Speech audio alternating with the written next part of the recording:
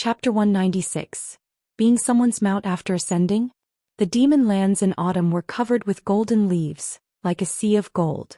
Li Ye stood on the North Sea, heavy sword flying through the air, while Zhang Buku stood behind him, staring into the distance. Zhang Buku saw a figure in the distance flying towards the horizon at a speed far beyond theirs, the powerful aura of their cultivation level making him secretly astonished. "Brother Li, are we really going to get involved in this mess?" Zhang Buku couldn't help but ask. Li had been his first friend. This past year they had ventured through the demon lands together, facing life and death, forming a deep bond, but it was easy to get hurt. Even though they often got injured, being able to rely on each other was far better than going it alone. The fierce wind blew against Li Ya's face and he showed a smile on his handsome and resolute face. He said, "So many great cultivators are rushing there, let's go take a look. We won't fight yet, we'll observe quietly. If there's no opportunity, we'll just watch the excitement, but if there is one, all the better." Zhang Buku heard this and found it reasonable. He looked ahead, eyes showing a hint of anticipation. On the other side, Guan was not continuously watching the Ascension land but had begun to busy himself. He was preparing to expand Nianchu Cave.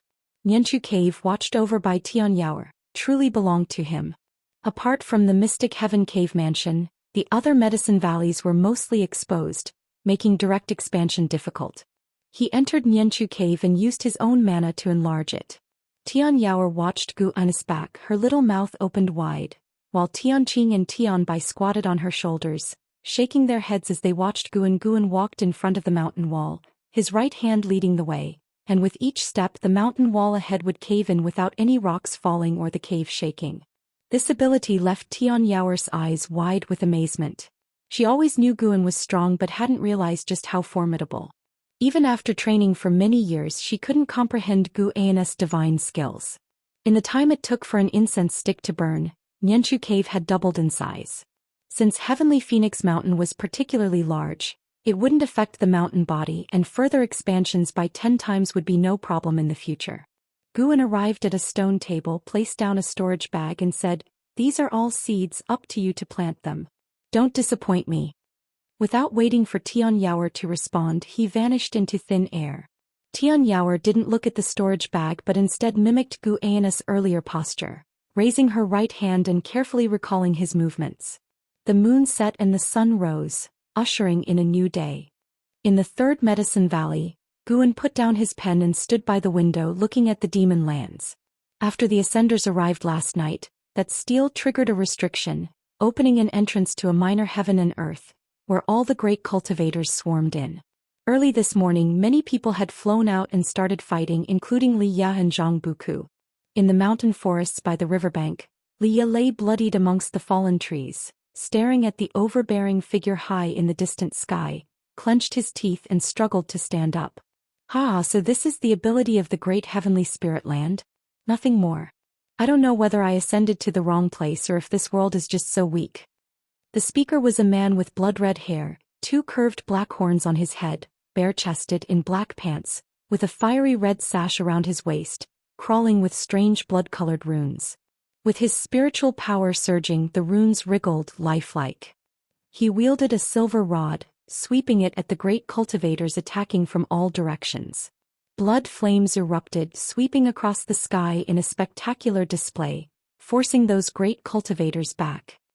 He vanished into thin air, appearing instantly behind a great cultivator of the mystic heart realm, and smashed down with his rod. Boom! The great cultivator plunged into the river, their life or death uncertain. Zhang Buku quickly flew to Li Ya's side, also severely injured but not as badly. He said in a deep voice, "Brother Li, we should retreat." Though reluctant, Li Ye could only nod. The two supported each other, flying away with mad laughter and the sounds of heaven and earth clashing coming from behind. That guy deliberately didn't kill, specifically tormenting opponents. The more they suffered, the more excited he became, like a mad demon. "Runaway ants, remember the name of this one. This one is honored as the Great Saint. You all may call this one the Blood Prison Great Saint." Hearing this, Zhang Buku immediately accelerated, fearing the Blood Prison Great Saint would chase them. In fact, the Blood Prison Great Saint was indeed watching Li Ye and Zhang Buku. He was very interested in these two guys with half-human half-demon blood. especially Zhang Buku, whose chi blood was so strong it seemed he was hiding a cultivation level, and his axe technique was also impressive. After a while, with no one left standing around, the blood prison great saint smacked his lips, looking at the white light whirlpool hovering over the distant forest, hesitated, then flew off in another direction. That direction was where Zhang Buku and Liya had fled. An ancient hour later, Zhang Buku and Liya landed in a dense forest shrouded in thick fog, with rich spiritual energy, perfect for hiding. After landing, Liya began to set up a formation with Zhang Buku merely watching, not knowing the technique. When Liya finished setting up the formation, they both sat down and exhaled in relief. Liya grinned, even with a face full of blood. His excitement was evident. He raised his right hand, pulling a fist-sized golden fruit from his storage bag. With this, our efforts weren't in vain, Liya said contentedly. Zhang Buku wiped the blood and sweat from his face, saying admiringly, "Brother Li, you're amazing. You were so fast those great cultivators didn't notice you seeing the treasure. We're brothers half each. I can feel the power within this fruit. It's definitely a treasure that can transform the body." Liya laughed proudly, enjoying Zhang Buku's gaze. Although he couldn't beat Zhang Buku in combat, he could play the big brother in actions. As they excitedly talked, little did they know, several miles away, the blood prison great saint was silently approaching, already hearing their conversation, and Liya's formation was as good as non-existent to him. The blood prison great saint's mouth curled up in a sneer. At that moment, a hand rested on his shoulder, instantly freezing his demonic power, and his body could no longer move forward. His eyes widened, instinctively wanting to struggle, but he was entirely powerless. How could this be? What realm was this opponent at? The blood prison great saint panicked. He had never been so suppressed before, with even his divine sense unable to spread out, clueless about who was behind him. Naturally, it was Guan who had used the 9 extreme yin-yang body. Before attacking, Guan ensured that no one was following the blood prison great saint. Blood prison great saint, Mahayana realm 8th floor 1209/9000/9999, Mahayana realm 8th floor, far stronger than Lu Lingjun. Guan immediately used the soul-capturing skill to search the blood prison great saint's memories. The blood prison great saint hailed from the spirit realm, a mortal world with 9 continents and 7 seas, where the Mahayana realm was the highest realm. He had been a cultivator of the human race, later transforming into a demon body after obtaining divine beast true blood, completely unleashing his talent, sweeping through those of the same realm, even able to battle across realms, invincible. Interestingly, although the blood prison great saint's name sounded terrifying, he was actually a soft-hearted individual. As long as there wasn't a blood feud, he would spare those who knelt and begged for mercy after defeat. He had never committed an evil act in his life.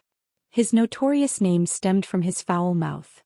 His threatening boasts made many believe he had committed those evil acts, compounded by slander from enemies, gradually earning him the blood prison great saint title, which he proudly saw as the fear and dread of the spirit realm's beings, his greatest achievement.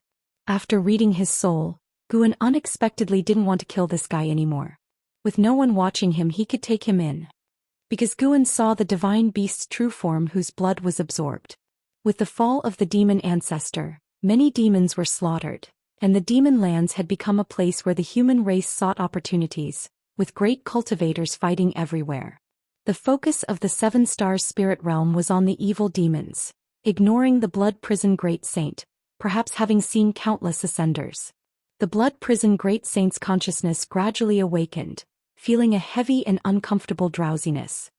He struggled to open his eyes, seeing a large tree with a man sitting on the grass in front of it, holding a book. He abruptly opened his eyes wide, trying to teleport away, but only managed to stand up, not jump away. He seemed to realize something, his eyes showing panic. He had turned into a red-furred bull, almost as tall as a grown man. He wanted to speak, but all that came out was a moo. The most despairing thing was that his cultivation level was gone. This must be the path of returning primordial spirit. Guan had sealed his cultivation to the energy cultivation realm, with mana wrapping his demon core and primordial spirit, making him appear no more than a first-order demon beast. Ascender from the spirit realm, if you serve me for 1,000 years, I'll let you go. Guan put down his book and said leisurely. Looking at his youthful face, the blood prison great saint felt only fear. Guan stood up and walked toward him, making him retreat in fear. Without his cultivation, how could he dare escape? Eventually he was caught by Guan and humiliatingly ridden. Guan sat on his back, patting him, pointing in a direction. He could only move forward. By dusk, Guan had ridden the blood prison great saint back to the Mystic Valley. With his dark red fur and majestic body, he instantly drew the curiosity of numerous disciples, who gathered around, pointing. The blood prison great saint was dazed. With his divine sense sealed, he had worried all the way about which demon cave he would be taken to. These cultivators' chi blood was so weak, seemingly all in the energy cultivation realm. He felt like he had arrived in some small place in the spirit realm. As Guan introduced him to the disciples with a smile, this feeling of illusion became a mix of complex emotions. He was the blood prison great saint, the most outstanding genius of the spirit realm in 10,000 years, sweeping the 9 continents and 7 seas, reigning invincible, earning the title of great saint through his battles. After ascending, he had become a mount. The blood prison great saint sank into bewilderment. Chapter 197. The ambition of the supreme sect. Guan flaunted his new mount, attracting the disciples' curiosity towards the blood prison great saint, causing him to feel quite oppressed. But fearing Guan, he could only endure. Even Chu Jingfeng, who usually practiced swordsmanship on the mountaintop, came to join the fun. He had seen many mounts, but it was his first time seeing such an imposing ox. Its large horns were impressive and its fur fluttered like flames in the wind. After lingering in the Mystic Valley for an hour, Guan took the blood prison great saint back to the Third Medicine Valley. He planned to take the blood prison great saint with him wherever he went around the supreme sect. Now the number of cultivators in the supreme sect was increasing, and it was possible to see cultivators riding their mounts in the sky. The disciples of the Third Medicine Valley were equally interested in the blood prison great saint. The presence of such spiritual energy in this valley amazed the blood prison great saint, as such a level of spiritual energy was rare even in the spirit realm, making him look forward to the days ahead. Since he came, he might as well find peace. But just one night later, that thought was replaced by anger. There was an incredibly fat old rat in the Medicine Valley. Damn it, it was infuriating. He was napping downstairs when the white spirit rat bit his butt, startling him. As an invincible great saint in his realm, how could he tolerate this? What frustrated him even more was yet to happen. He couldn't catch the white spirit rat. That night was the darkest moment in the blood prison great saint's life. The next day, Guan took the blood prison great saint to Tianyao Valley. Why are you riding an ox? Luo Han approached the blood prison great saint and asked curiously, unable to resist touching its fur. Guan smiled and said, just bought it. How is it? Impressive, right? Indeed, quite nice. What breed is it? I'm not sure either. I call him Bull Demon King. Bull Demon King? That name. Luo Han shook his head with a smile while the blood prison great saint lowered his ox eyes, looking dispirited. Zhou Xian and Ji Rolai were also attracted to the blood prison great saint and came over to greet Guan. Given the plethora of demon creatures in the world, they didn't inquire much further. Have you seen my third sister lately? Ji Rolai asked Guan. Guan shook his head and said, no, I rarely go to the inner sect. What's the matter? Need me to deliver a message? Ji Rolai nodded and said, the family wants to summon her back to the 7 Stars spirit realm. Could you help convey the message? Guan readily agreed and then went to pick medicinal herbs. 3 monkey demons circled the blood prison great saint with great curiosity. Seeing their scratching and sniffing, the blood prison great saint felt they were mocking him, making him even more annoyed. It became even more difficult after ascending for the 3rd day. In late autumn, LV Baton came to see Guan. After going upstairs, he habitually closed the door and set up a restriction. After finishing, he approached the desk and sat down, smiling as he asked, is the ox downstairs yours? Its qualifications are a bit lacking. It's just a 1st order. It's not very useful. Do you want me to give you a 3rd order mount? Guan shook his head and smiled. No need. I don't have many enemies. I don't need such a powerful mount. Besides, I have a good eye for this ox. It's quite intelligent. Intelligent? Looking at its eyes, it seems like it's about to be buried. Ha ha. Guan chuckled without denying. LV Baitin didn't continue to mock the blood prison great saint and started discussing sect matters. Although the #1 Sword Dao tournament in the world had not yet taken place, he already looked forward to the next big event. Gu Enna's love for teaching was aroused, and he began to talk at length about various ideas, which LV Baitin listened to with great interest. Guan not only discussed methods but also envisioned a bright future, making LV Baitin feel quite pleased. After a long time, taking advantage of Guan drinking tea, LV Baitin asked, "How do you think the Supreme Sect should view demons?" During the previous Great Demon Calamity, the Demon Emperor had sent a group of great demons. This group of demons was now still staying in the Supreme Sect, following Dixie's leadership. The Supreme Sect had not mistreated them, arranging caves for each. Guan responded, "Sometimes human hearts are worse than demon hearts. Since we are already cultivating to become immortals, why should we have racial prejudice?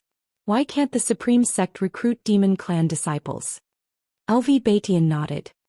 He sighed and said, "But doing so, wouldn't there be hidden dangers? Everything has its pros and cons. We can't avoid doing something just because we fear the cons. If successful, it can set an example, making the human and demon clans on the mainland no longer be at odds. If it fails, then treat it as a training exercise, suppress it if necessary. Isn't suppression what you were best at in the past?" Guan said calmly. With this, he aimed to accumulate strength for the Supreme Sect. The Supreme Sect eventually has to face the 7 Stars Spirit Realm. Ji Xianling represented the 7 Stars Spirit Realm in trying to win over the Supreme Sect, but the Supreme Sect only maintained good relations without bowing down, reflecting the attitude of the Hall of Elders. Now, the mentality of the upper echelons of the Supreme Sect had become inflated. They were already thinking about becoming the second Holy Land in the mainland, or even surpassing the 7 Stars Spirit Realm. With Gu Anna's support, LV Baitin felt much more confident, and the smile on his face became brighter. The two chatted for a long time before LV Baitin left, satisfied. Downstairs, he looked at the blood prison great saint lying on the ground and became interested. He walked over, patted the blood prison great saint's head and said with a laugh, "Little beast, cultivate well. One day you might become a disciple of the Supreme Sect. Reaching the nascent soul realm is not impossible." The blood prison great saint glanced at him with a white eye, too lazy to respond. This made LV Baitin pause, suspecting he had misseen. "Forget it. What's the use of arguing with a beast?" LV Baitin stood up and left. The blood prison great saint watched his back, seething with inner rage. "Old thing. Just you wait. Daring to insult me in 1,000 years, I will make you kneel before me and beg for mercy." Snowflakes flew as Guan rode the blood prison great saint, wandering in the 3rd Medicine Valley. It seemed like he was patrolling, but in reality his divine sense was traveling overseas, looking for a place to break through. An Exan ran over, curiously asking, "Master, why do you ride it wherever you go? Don't you think it's slow?" Guan lightly chuckled and said, "I'm training its physique. Although it's my mount, I won't mistreat it. Sooner or later I will release it." Hearing this, the blood prison great saint's eyes brightened, and his ox body became upright, no longer looking like an old dying ox. An Exan nodded. Just as she was about to speak, 2 figures suddenly flew in from the sky. It was Lu Lingjun and Shenzhen. After landing, Shenzhen enthusiastically greeted Guan. Lu Lingjun glanced at the blood prison great saint under Guan but didn't pay much attention. Shenzhen talked excitedly about their opportunities over the years, making even an Exan listen with envy. Guan also pretended to be emotional, envious, satisfying Shenzhen's sense of achievement. Now Shenzhen was already at the 5th layer of the nascent soul realm, evidencing the great fortitude. After chatting for a while, Shenzhen finally left. Before leaving, she mentioned preparing to publish a book next, which made Gu Anna's heart skip a beat. After Shenzhen left, an Exan also didn't disturb Guan and Lu Lingjun, finding an excuse to leave. Lu Lingjun lightly stomped her foot, forming a barrier with her spiritual power, isolating the 3-foot area, making the blood prison great saint look at her again. "Guan, I heard there's an ascender appearing in the north. You are close to the sect leader. Did you find out anything?" Lu Lingjun asked directly. "Sender." Upon hearing these words, the blood prison great saint couldn't help but lower his head. Such a disgrace. Guan thought for a moment and shook his head. "I haven't heard of it. Why are you so concerned about the ascender?" Lu Lingjun hesitated for a while and said, "To be honest, I'm also an ascender, so I wanted you to write about the shattering void." Gu En's eyes widened, showing a look of incredulity. The blood prison great saint looked up again, this time with tears in his eyes. Lu Lingjun had wanted to say this for a long time. The opportunities over the years had made her more confident as she said, "I want to recruit ascenders and build my own network in the Supreme Sect. What do you think?" She knew LV Baitan often visited the Medicine Valley, and she had often heard about LV Baitan's plans from Guan. She also wanted to convey her intentions to LV Baitan through Guan. Guan excitedly said, "Of course it is a good thing. It will enhance the strength of the Supreme Sect. However, I really don't have any information on that ascender." Hearing this, the blood prison great saint was full of confusion. He could tell now that no one knew the true cultivation level of the person on his back. Moreover, the cultivators he had seen so far were very weak, not even reaching the first-class level in the spirit realm. He couldn't understand why a great cultivator like Guan would hide in such a small place. "In the future, keep an eye out for such information and I won't treat you unfairly," Lu Lingjun said. She had to devote most of her time to cultivation. Since the appearance of beings in the Mahayana realm and the Immortal path, she felt a great urgency, thinking the mystic heart realm was inadequate. Guan nodded with a smile. They had a brief chat before Lu Lingjun left. Guan patted the blood prison great saint, signaling him to continue forward. People always want to go to places they've never been before, but when they arrive they find it's all the same. When they want to turn back it's often too late. Guan said leisurely, and the blood prison great saint felt he was speaking to him. Unfortunately, the blood prison great saint couldn't speak. Otherwise he would argue with Guan. "If it weren't for meeting you, would I be so aggrieved?" The falling snow grew heavier, the ground accumulating more snow. The blood prison great saint left 2 ox hoof prints in the snowy ground as he and Guan disappeared into the vast snow. Until nightfall. Demonland. On the wasteland, Xianxia and Hao sat facing the fire. The falling snow did not land on them, melting in the 10-foot radius around them, separated from the surrounding snowy ground. Xianxia held a book and softly said, "The demonic chi here is very strong. Maybe we'll find evil demons hiding nearby." And Hao was practicing his skills. He opened his eyes and asked, "Senior, what should we do when we find the evil demon?" After the trend of heading north swept the world, he couldn't restrain his restless heart anymore. Saying goodbye to Yener, he ventured north alone. His goal was to become an immortal and not stay in one place for any person indefinitely. Xianxia answered, "Then you take the information back. I will stay here alone." "Why would you stay? I also want to play the hero. I can't always rely on Sword Venerable Fudao, can I?" As he spoke, Xianxia turned to the next page and continued to read. Chapter 198. Master understands you. Deep in the night, inside the Mystic Valley Pavilion, candlelight flickered and hot tea was brewing. Zhou sat dazedly on a small stool, staring at the teapot and lost in thought. Guan was writing a book. After he finished a page he started to appreciate it, feeling increasingly pleased with his work. "Disciple, come and have a look." Gu An's voice interrupted Zhou thoughts. Zhou quickly stood up, walked to his side, took the page from his hand and read it attentively. "The 7 great saints. Great sage who pacifies heaven, bull demon king?" Zhou couldn't help but look at Guan and asked, "Master, isn't your bull downstairs the bull demon king? Did you write him into the book?" Guan chuckled and asked, "Is that not allowed?" "Of course it is, but your writing style." Zhou nodded, her expression a bit hesitant. "Does Master have such talent?" Upon thinking about it, she realized that since Master didn't cultivate, he must have time for music, chess, calligraphy and painting. After finishing reading, she handed the page back to Guan and said, "It's very well written.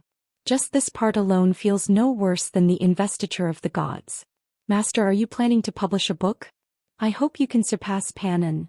Before she could finish her sentence, she suddenly widened her eyes in astonishment and looked at Guan. "Panan?" Guan, Zhou expression turned peculiar and she quickly asked, "Master, could you actually be Panan?" Guan smiled and said, "This is my biggest secret. I'm only telling you. Can you tell Master what's troubling you?" Guan could feel that Zhou came today wanting to share her troubles but was afraid of something, so he revealed his identity as Panan to draw her out. Although he already knew the truth, he couldn't expose his identity, and what Xianxia needed was to confide in someone close by. Xianxia gritted her teeth and said, "I'm afraid of dragging Master into this. If you don't say anything and something happens, you'll not only drag me into it, but it will also become my burden. That would harm me more." Guan shook his head. Xianxia felt relieved and smiled for the first time. At Guan's gesture, she moved to the other side of the desk and began to talk about Su Han's death. Guan got up to pour tea and Xianxia's gaze followed his back, trying to see his reaction. However, she couldn't see through anything. Had Master already let go of senior brother Su? Xianxia thought to herself. She couldn't blame Guan. She owed Su Han for covering for her, but her master owed him nothing. Guan brought a bowl of hot tea in front of her, looking at her calmly as she spoke. When she finished, Guan said, "The deceased have passed. You should live according to his wishes, not inherit his hatred. But, think about what he said to you before he died. What do you think he hoped for you to do?" Guan interrupted her and asked solemnly. Xianxia remained silent. Guan continued, "Let alone whether you can defeat the ghost mother of ephemera, the world is so vast. Are you going to spend your whole life searching for her? Cultivate well and experience the world your senior brother wanted to see. Do the things he couldn't achieve. That is truly good for him. There is a divine intent in the unseen world. Your senior brother ultimately attracted a body of sins, but inheriting his power means you share his fate, whether for good or ill. It's all up to your intentions." Xianxia was filled with countless thoughts, her expression complex. Guan was not rushed, he merely provided guidance. To let go, she needed to rely on herself. Xianxia looked up at Guan. Now in her eyes he seemed very weak. Since inheriting Su Han's cultivation, Xianxia had already formed her nascent soul, and her cultivation level was still growing. It was inevitable she saw others from a superior viewpoint, but tonight she felt deeply ashamed. What use was mere cultivation level? She took a deep breath and asked, "Master, if I perform good deeds, will it really help senior brother Su?" Guan answered, "I am not sure, but at least this way, you can free yourself and fulfill his wishes." Xianxia chuckled, instantly returning to her usual lively and mischievous demeanor. "Master, you are Panin. You hit it well.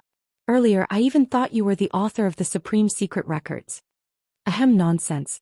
How could Master be such a person?" "Wait. Does she also read the Supreme Secret Records?" Guan's expression turned peculiar. Xinjin truly was a scourge, corrupting so many people. Xianxia snorted. "Who told Master to love reading Green Hero Travelogue? They are all rumors. Don't believe them." The master and disciple duo began to argue. A long while passed. Guan spoke, "Defying fate, divine skill, Master knows. Someone wants to pass it on to me. I can put in a good word for you, allowing you to become a true disciple and embark on a proper immortal cultivation path." Xianxia was once again shocked, not expecting her master to have such an opportunity. "Master, who is it? Are they powerful?" Xianxia asked curiously. "Sect leader LV Baitin, do you think he's powerful?" Does that mean, Master, you will become a great cultivator of the unification realm in the future?" "I did not agree, and his lifespan is long. Perhaps he will live longer than your master. This matter cannot be spread to avoid trouble." "I understand, Master. To be honest, I am now a nascent soul realm cultivator. These years hiding my cultivation level has been really uncomfortable," Xianxia began to complain. Guan laughed and said, "Master understands you." "How do you understand?" "Fine, I do not understand. Can Master hit you for daring to show off to Master?" The master and disciple again started to bicker. It was almost dawn when Xianxia finally went downstairs. Passing by the blood prison great saint, she squatted in front of him, stroked his bovine head and whispered with a laugh, "Little bull, I can now become a nascent soul realm cultivator. Impressive, right?" The blood prison great saint opened his eyes and glanced at her. Crazy. He finally understood that this upper realm was full of crazy people. After muttering a few more words, Xianxia leaped up and flew toward the outer gate city. It was not until noon that Guan used his disciple token to contact LV Baitin to help change Xianxia's disciple status. LV Baitin was very interested in the transmission of the Defying Fate divine skill to Xianxia and agreed right away. Another nightfall arrived. That night, Guan left Mystic Valley, stepping on the limitless freedom step and heading west, crossing mountains and lands and entering the ocean. Step by step. The distance that a ninth-layer wandering immortal could traverse was immense. This time he took a full 100 steps and landed on a small continent. Standing on the beach, his divine sense enveloped the continent. He saw many demon creatures but no cultivators of the human race. This continent should not be sunk by giant sea demons. Guan walked into the forest. He didn't immediately find a place to break through but instead took a look around the continent. Meanwhile, in the demon land, in the dim tunnel, Xianxia and Hao were walking. And Hao was very nervous and kept looking behind him. Cultivators observe with divine sense, not with eyes. Didn't LV Baitin teach you that? Walking ahead, Xianxia asked casually. And Hao looked at his back, feeling a bit reassured. This was the only Mahayana realm cultivator in the supreme sect on the surface. In the 3 dynasty regions, he was second only to his master among the cultivators of the human race. Following Xianxia, even in dangerous situations they should be able to escape with their lives. And Hao asked, I always feel this journey is too quiet without any demon obstruction, as if they intentionally let us in. Perhaps. Xianxia responded casually. Not long after, the two walked out of the tunnel and arrived at a cliff.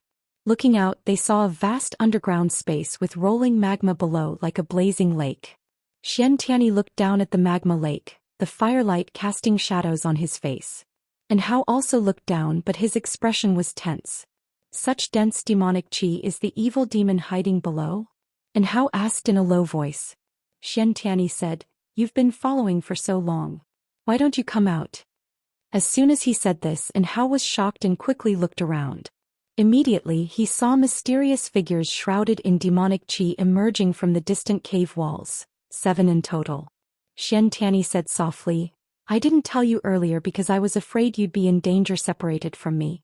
Just watch how I handle these sneaky ones.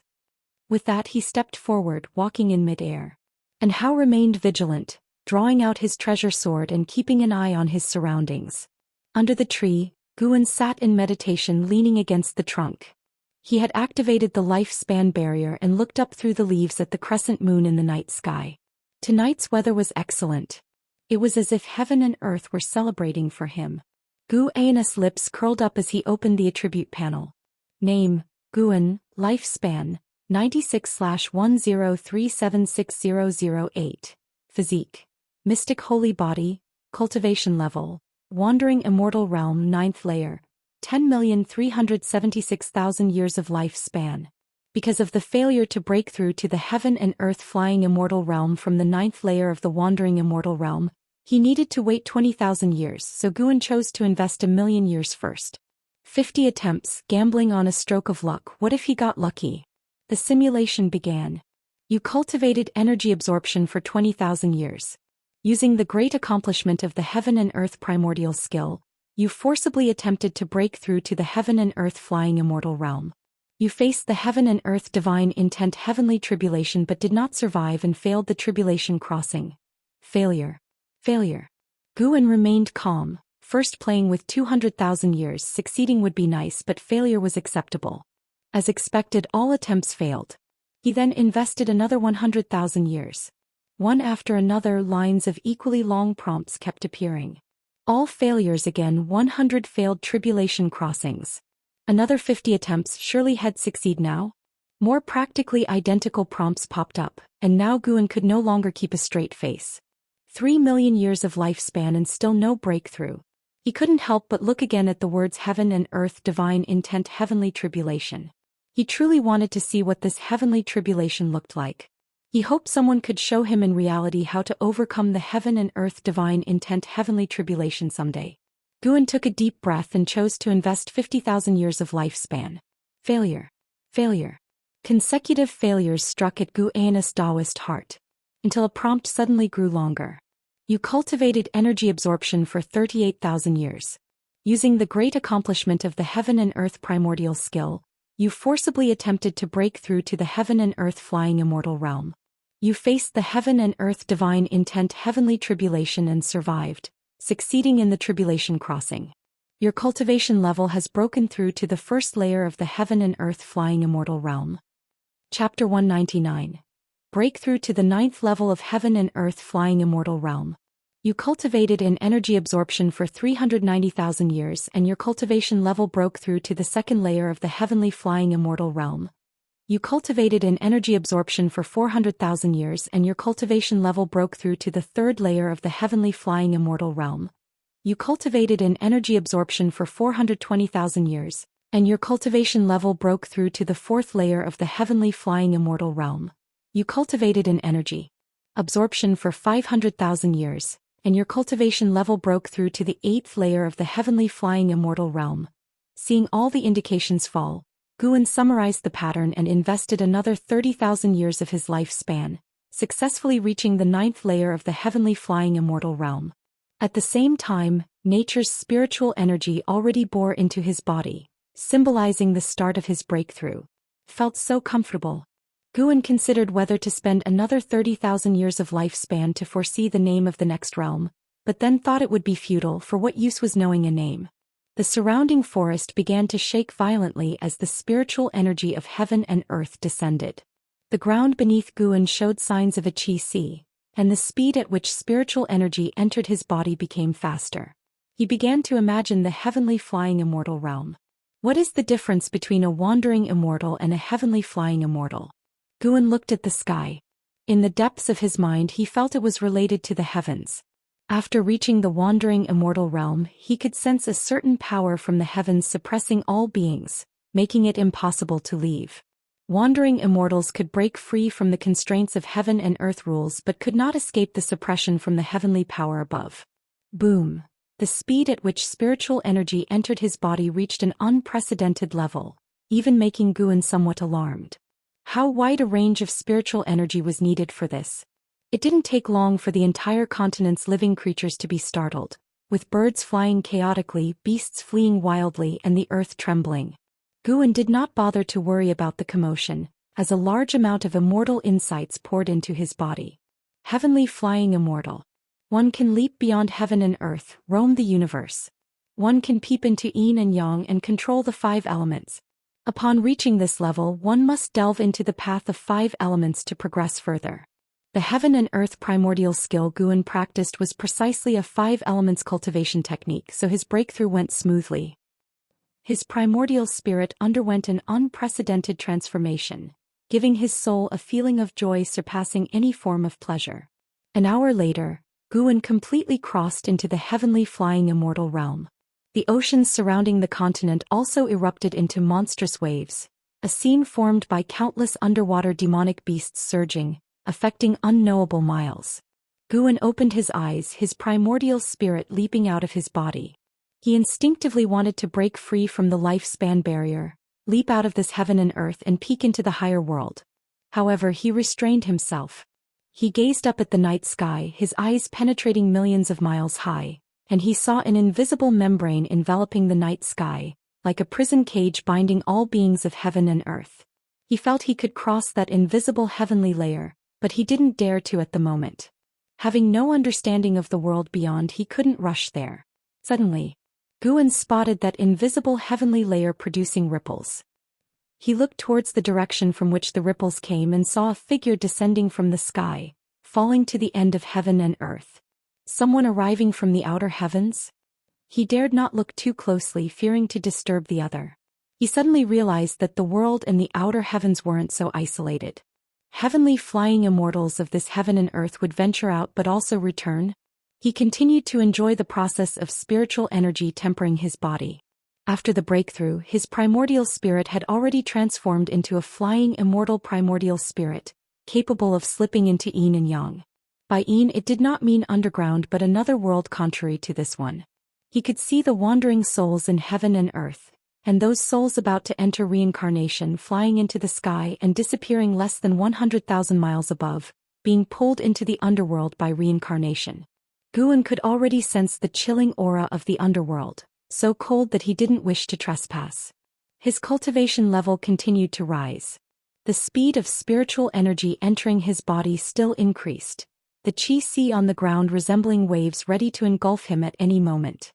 His primordial spirit continued to gaze at the sky. An hour later he saw a heavenly flying immortal escaping into the outer heavens in the distance, confirming even more that this world had other heavenly flying immortals, and reaching the heavenly flying immortal realm did not mean one had to leave this realm. It suggested that the heavenly flying immortal realm might not be the highest realm in this world. No matter what, Gu An's desire to explore the outer heavens was not that intense. Staying in the comfort zone was the safest. Being able to grow stronger, why leave the comfort zone? Time flowed quickly. A full 2 ancient hours passed before Gu An's cultivation level stabilized at the 9th layer of the heavenly flying immortal realm. The lifespan barrier consumed nearly 700,000 years of lifespan, an exaggeration. The next breakthrough, to fully reinforce, would consume millions of years of lifespan just on the lifespan barrier. A heavy burden and a long path ahead. After the spiritual energy no longer entered his body, and the world returned to calm, Guan slowly stood up. He did not immediately remove the lifespan barrier but sensed his own strength. His mana and senses both underwent a transformation. The 9 heavens of the immortal path and the gaps thereafter would only grow wider. Guan felt that a wandering immortal couldn't defeat a heavenly flying immortal across realms. Mastering any divine power would not suffice. Elsewhere, in the demon land within a dark forest, a space rift suddenly appeared and a severely injured Anhao was tossed out from it. He immediately got up and flew south, constantly calling for his master in his heart, but unfortunately as before his master did not appear. Damn it, it's all because I'm too weak. Anhao gritted his teeth, his pride shattered that night. The scenes of Xianxia using a mysterious scroll to send him away kept flashing in his mind, and his ears echoed with Xianxia's ambitious words. Go back, I won't die here, wait for me to return and find you. The more carefree Xianxia appeared, the more worried Anhao became, as those 7 mysterious great cultivators were overwhelmingly powerful. Xianxia was absolutely outmatched. Who exactly are they? What did Senior Xian leave on my back? Anhao thought anxiously and angrily, recalling how before parting Xianxia slapped him into the space rift. At the moment he was struck he felt his back burn, and now it itched as though someone were using a small knife to carve words on his back. He felt Senior Xian detected something and left the information on his back, but now he could not use his divine sense to check. Whenever his divine sense approached his back, it was repelled by a mysterious power. He quickly took out a spirit energy elixir and forcefully poured it into his mouth. His gaze became determined. He would definitely return. If Xianxia died, no matter who the murderer was, he would seek revenge for Xianxia. The moon set and the sun rose. Heaven and earth completely calmed down, and Guan then removed the lifespan barrier and headed towards the Supreme Sect. With just 3 steps he returned to the Supreme Sect. He returned to the Mystic Valley, came down from the building and rode the Blood Prison Great Saint towards Tianyao Valley. The Blood Prison Great Saint could feel his good mood, humming an unfamiliar tune. He had to admit it sounded quite nice. Guan spread his divine sense, taking in the entire continent, even encompassing the surrounding seas.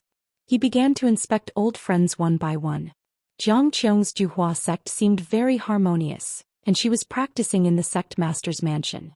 Yi Lan was handling affairs of the law enforcement hall, appearing very different from how she faced Guan, exuding an ice queen temperament. Li Ya and Zhang Buku were being chased by a great demon, appearing dangerous but likely to survive. Guan also saw Anhao, who was escaping. With no pursuers behind, he couldn't be bothered to intervene. His divine sense swept over friends and disciples, and then glanced at the demonic energy-filled land still teeming with many 7 stars spirit realm cultivators. Guan felt he could easily break the seal and spy on the evil demon but refrained. The 7 stars spirit realm's growth speed couldn't keep up with his own. Unless the 7 stars spirit realm actively provoked him, he intended to lay low.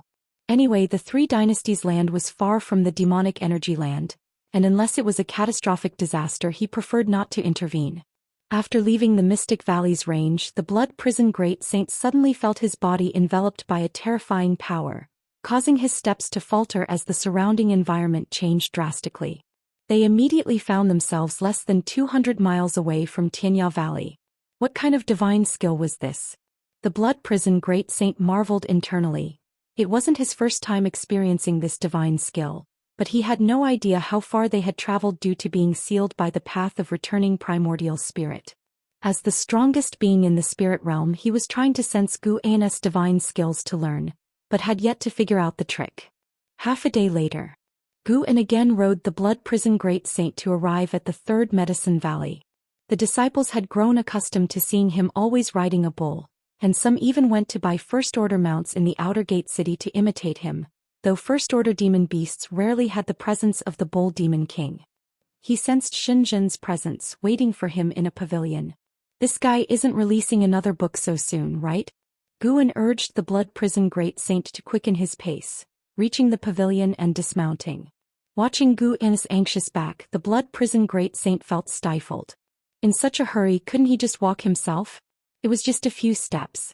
He couldn't understand why Gu-en needed to act weak in front of these minor cultivators, so he lay down to sleep, reliving his invincible moments in his dreams. Entering the room, Gu-en closed the door. Xinzhen sat on a chair, pointing to a jade scroll on the table with a mysterious smile. Gu-en approached the table and asked, "What is this?" Xinzhen raised her white chin, proudly smiling. "This is my new work, guaranteed to shock the immortal cultivation world." Gu-en looked skeptical, picking up the jade scroll and probing it with his divine sense. His face instantly turned red and he immediately withdrew his divine sense, incredulously looking at Xinzhen. You did this?" Gu-en asked, trembling. Could she be a genius? This creation could indeed shock the immortal cultivation world. It was incredible, damn it, it was outrageous. Xinzhen raised an eyebrow, smiling. "How is it? Isn't the idea of making pictures move like real people amazing?" Gu-en didn't know how to respond. Immortal cultivation world anime? But this anime was too lifelike, no different from real people. Using such design in the Supreme Secret Records plot was truly impactful. Gu-en resisted the tumult in his heart, asking, "Who is the male cultivator in it?" Xinzhen looked at him, blinking. "I didn't use your face, but thinking of other men was too uncomfortable for me, so I had him wear a mask." Gu-en fell silent. No wonder the mask. Chapter 200. Do you know my cultivation level? Gu-en, suppressing his complicated emotions, asked, "This thing is too groundbreaking, are you really going to do it? The commotion might be bigger than writing a book." In fact, the Supreme Secret Records written by Xinzhen had always been forbidden by the Supreme Sect. If she were not the holy daughter of the Daoist sect, Gu-en suspected she would have long been captured. Xinzhen retorted, "I haven't killed or set fires, what's the Supreme Sect going to do, throw me in jail? But you are, after all, a woman. If this gets exposed, how will people see you? How will they view your father or the Daoist sect?" Gu-en spoke earnestly. Xinzhen's nature wasn't bad, nor did she have any emotional entanglements. Whenever he used his divine sense to survey the world, he would also glance at her. When she wasn't seeking him, she was mostly in her cave cultivating or delving into music, chess, calligraphy, and painting. Xinzhen fixed her gaze on him and asked, "You don't like what I'm doing?" Gu-en responded, "I'm just worried about you." Xinzhen couldn't help but smile, and she took out a new jade scroll, handing it to Gu-en. Gu-en hesitated for a moment but still used his divine sense to inspect the jade scroll. Immediately his eyebrows raised. It wasn't just an action illusion but the process of cultivating divine skills. The person in the jade scroll was Xinzhen, and it recorded her divine skills cultivation process, even including the meditation spells. After a while, Gu-en withdrew his divine sense, his gaze fixed on Xinzhen.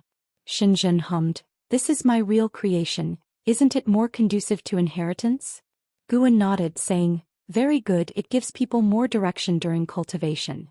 With that he placed the two jade scrolls on the table. Xinzhen began to recount the experience of her and Lu Lingjun's training. They had ventured into the grotto heaven of an ancient great cultivator, filled with dangers, and only after great effort did they obtain the inheritance and treasures. Gu-en listened avidly, occasionally exclaiming in amazement, gratifying Xinzhen's desire to talk. She loved discussing these things with Gu-en, while talking to others might attract unwanted attention. With Gu-en she enjoyed his praise without that risk. After a long time Xinzhen finally stood up and said, "I'll leave this divine skills jade scroll with you." Before Gu-en could refuse, she headed for the door and quickly went downstairs. Gu-en looked at the jade scroll on the table, wanting to call out to Xinzhen. "Why not take the other one? Forget it. Had better keep this one to prevent anyone from going astray." Gu-en had memories of his past life and had long experienced the corruption of this thing. His willpower in this aspect was far beyond that of the people in the immortal cultivation world. He felt it was his duty to bear this mental burden for the cultivators. Elsewhere, Xianxia, upon going downstairs, couldn't resist teasing the blood prison great saint, annoying him greatly. Until nightfall, Guan finally took the blood prison great saint back to Mystic Valley. Late at night, Guan quietly arrived at Nianchu Cave of Heavenly Phoenix Mountain. Tianyao was cultivating while two cat demons were playing. Seeing Guan appear, they quickly stopped and lay on the ground.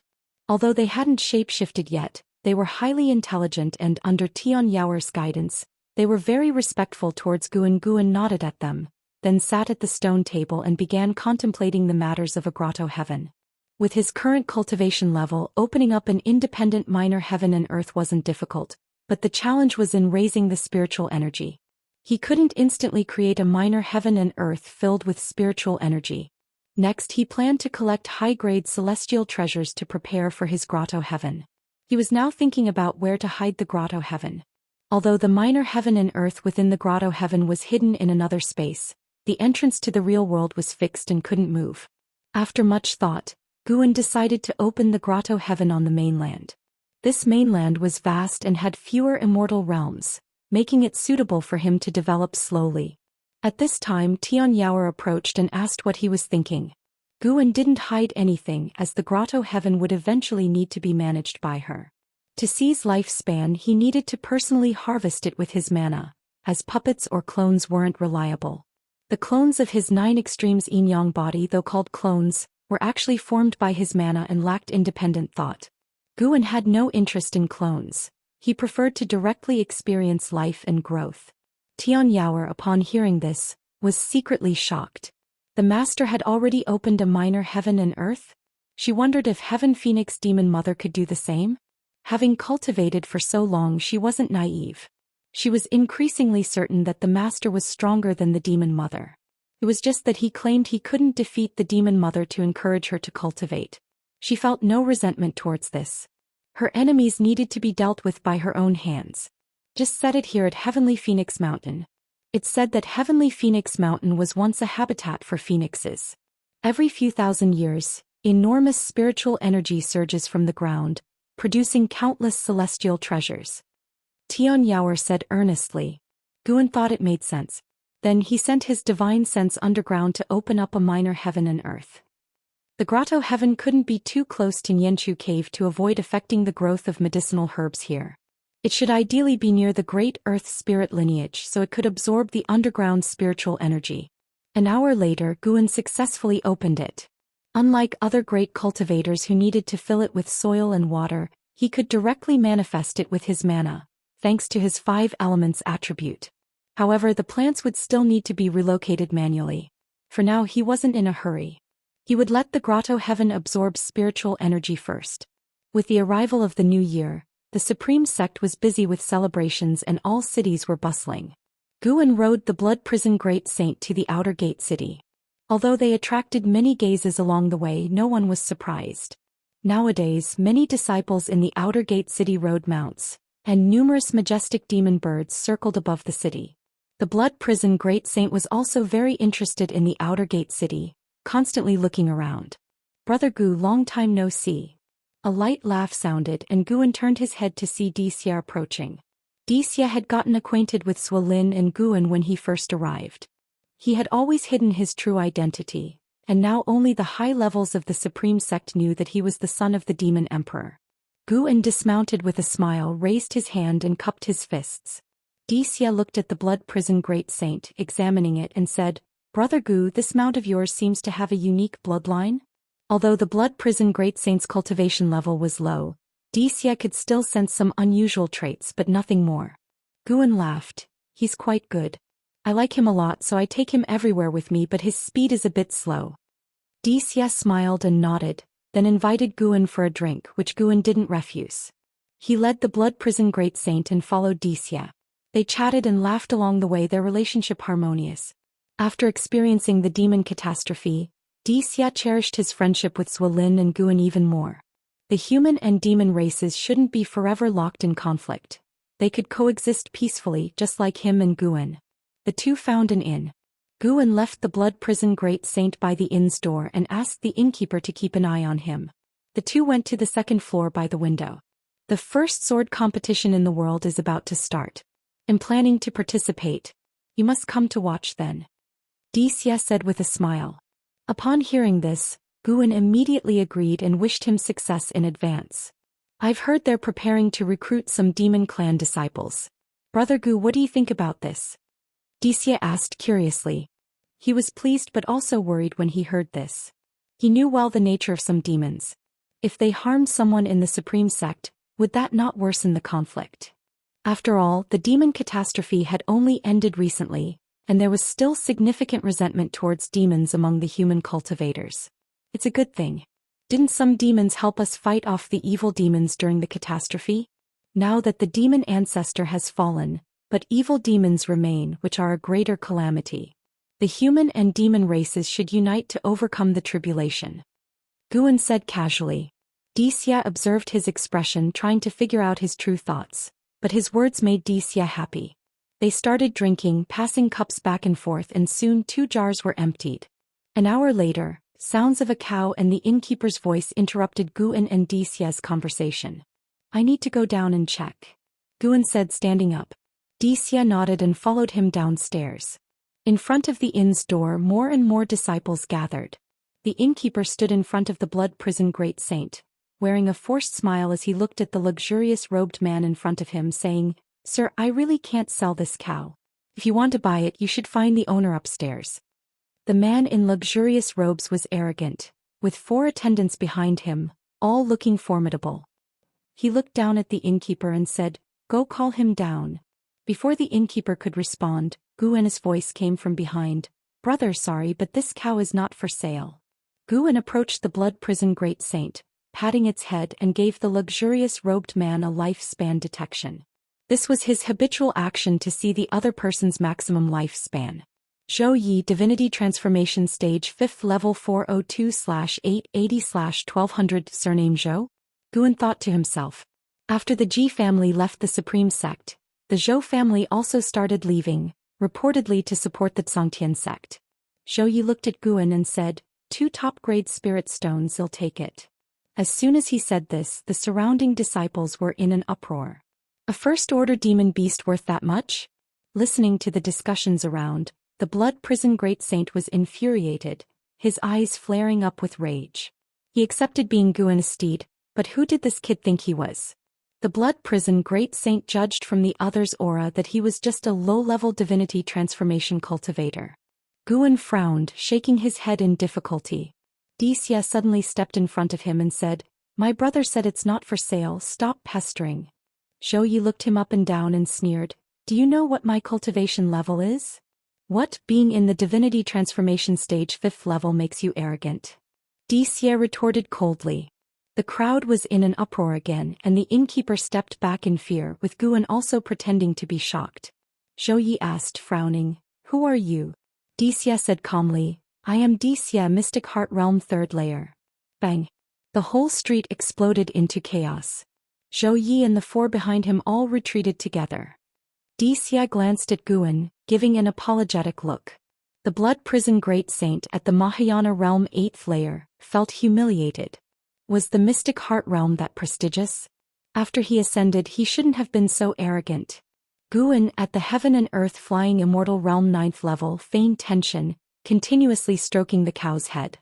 Chapter 201. Demon shocks the world under the might of Xia. Zhou Yi ultimately withdrew with his men. Before leaving, Zhou Yi still harbored hostility towards Guan. However, it did not reach the level of hatred, only dissatisfaction and a desire to teach him a lesson. Afterward, Xia laid his cards on the table with Guan, revealing his true identity, and left with a look of shock on Guan's face. He turned his back to Guan, sighed slightly under the gaze of many disciples on both sides of the street. From now on, it would be challenging for him to befriend Guan, as the difference in status and cultivation level was clear. Even if he had the inclination to form a bond, Brother Gu would probably feel pressured, wouldn't he? Xia smiled self-deprecatingly. Guan continued to ride the blood prison great saint around the street. After nearly 2 ancient hours, they finally left the city. On the way to the 3rd Medicine Valley, Guan introduced the Supreme Sect and those noble families to the blood prison great saint. The blood prison great saint listened intently, for Guan had said that he would let him go after 1,000 years. Once free, he would still need to understand this great heaven and earth, so it was best to accumulate knowledge now. Do you know why I captured you? Guan asked nonchalantly. The blood prison great saint was no fool and thought it must be related to those two half-human, half-demon individuals. You might think this world is nothing special, but it is far more dangerous than you imagine. This is also why I hide my cultivation level. Serving me for 1,000 years, first to atone for your sins and second to temper your character. I hope you cherish it. Guan spoke softly. If the blood prison great saint performed well, he wouldn't mind teaching him the primordial reincarnation skill. The primordial reincarnation skill and the path of returning primordial spirit were, in a sense, a perfect match. It was just right to use the blood prison great saint to experiment and see if it was effective. Moo! The blood prison great saint responded. Although he could not speak human words, Guan understood his submissive intention. In fact, the mindset of the blood prison great saint had already changed. He had thought before that following Guan might be an opportunity. At least Guan could be his protector. If it hadn't been Guan who took action against him back then, but another immortal cultivator of similar cultivation level, he might have already died and vanished. Putting himself in someone else's shoes, if someone attacked his disciple or junior, he wouldn't show mercy either. Within the circle of great cultivators in the spirit realm, there was a saying, "It is better to provoke the blood prison great saint himself than to suppress his juniors." The blood prison great saint's pace wasn't fast and Guan didn't rush him. During the ride, it seemed as if he was talking to himself, while the blood prison great saint didn't feel annoyed. For some reason he always felt that Guan had changed recently. Even a casual remark from him felt inexplicably calming to the blood prison great saint. He didn't believe it was an illusion. It must be related to Guan's cultivation level. Perhaps he could learn something by following Guan. After the bustling and busy spring festival, Guan continued his simple life. During this period, no one from the Zhou family caused trouble for Guan, perhaps fearing Xia or knowing about his relationship with Cultivation. In any case, Guan didn't mind. Nowadays he wouldn't regard the Zhou family as a threat. If Zhou Yi harbored any intent to kill him, he would resolve it immediately. In the days that followed, he would go to the inner sect city once a month to sell his medicinal herbs and accumulate spirit stones. He had already spotted a more prosperous cultivation city overseas, planning to go there in the future to purchase a large number of high-rank medical herbs and plant them in his grotto heaven. The days were busy yet purposeful and not at all dull for him.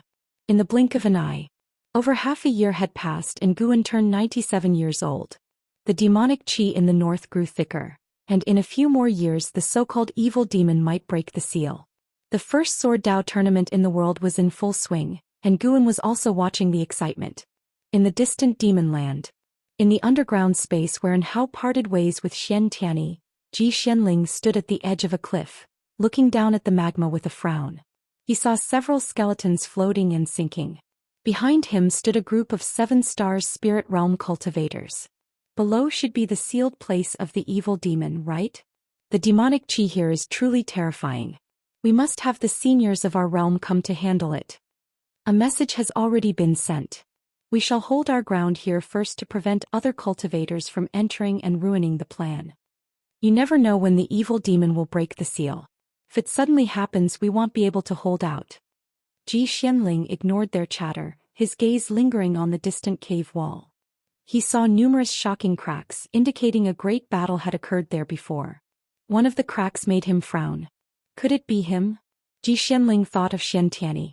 He had fought with Xian Tianyi countless times and was well aware of his combat methods. The thought of Xian Tianyi possibly dying here made him inexplicably uneasy. Wait, the seal hasn't been broken yet, so why would someone be fighting here? Could someone have tried to stop Xian Tianyi? Who could have arrived here before the 7 stars spirit realm? Ji Xianling furrowed his brows deeply, a terrifying suspicion arising in his mind, making his face turn even grimmer. Meanwhile, in the main hall of the Supreme Sect's main city, and Hao stared intently at Cultivation sitting at the head seat, while Cultivation frowned deeply. "Master, what should we do?" And Hao asked in a deep voice with a sense of foreboding in his heart. Cultivation did not display the fury and Hao expected but remained silent instead.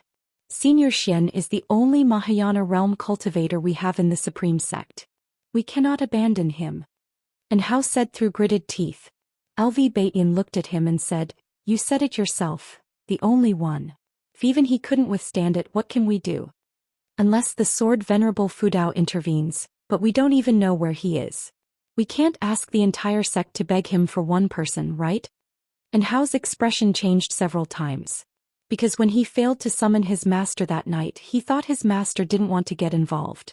Afterward, he stopped calling for help and rushed back to the Supreme Sect.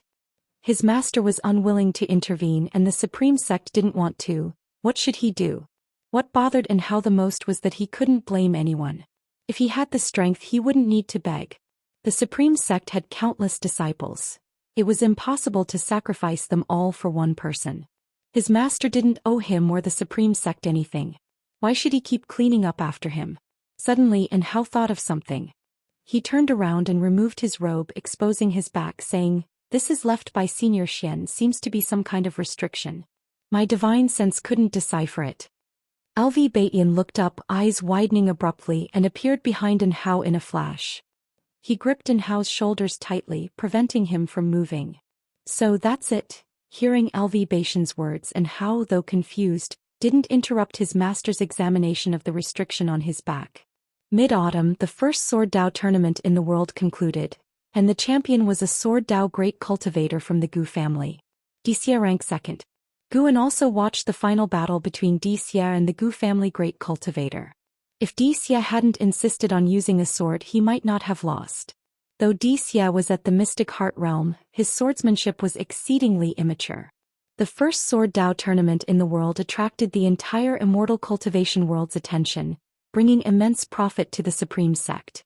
Other sects began to emulate the Supreme Sect, hosting various tournaments. However, at this stage, cultivators were more interested in the spectacular combat demonstrated in the first Sword Dao tournament in the world. After the tournament, Hao sought out an Xin. The siblings hadn't seen each other for a long time and were very happy, talking for a long while. Guan noticed that Hao seemed to have something on his mind, but his relationship with Hao wasn't close enough to inquire.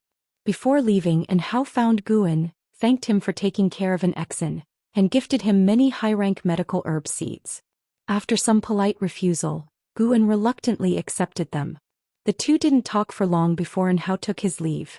Guan watched Hao's departing figure, guessing it was related to his experience in the Demon Land.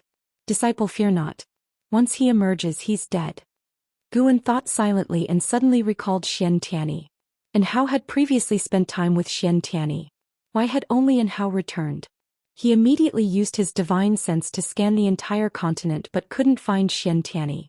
Had Xianxia sailed away? But he hadn't seen him depart. Guan's gaze fixed on that demonic qi-laden area, where numerous 7 Stars Spirit Realm cultivators had gathered, including Ji Xianling, who had previously visited the Supreme Sect. Aside from the deep underground and a few obscure hidden realms, the only remaining place he hadn't explored was the sealed area of the evil demon. Could it be that Xianxia was captured by the 7 Stars Spirit Realm or had fallen into the sealed area of the evil demon?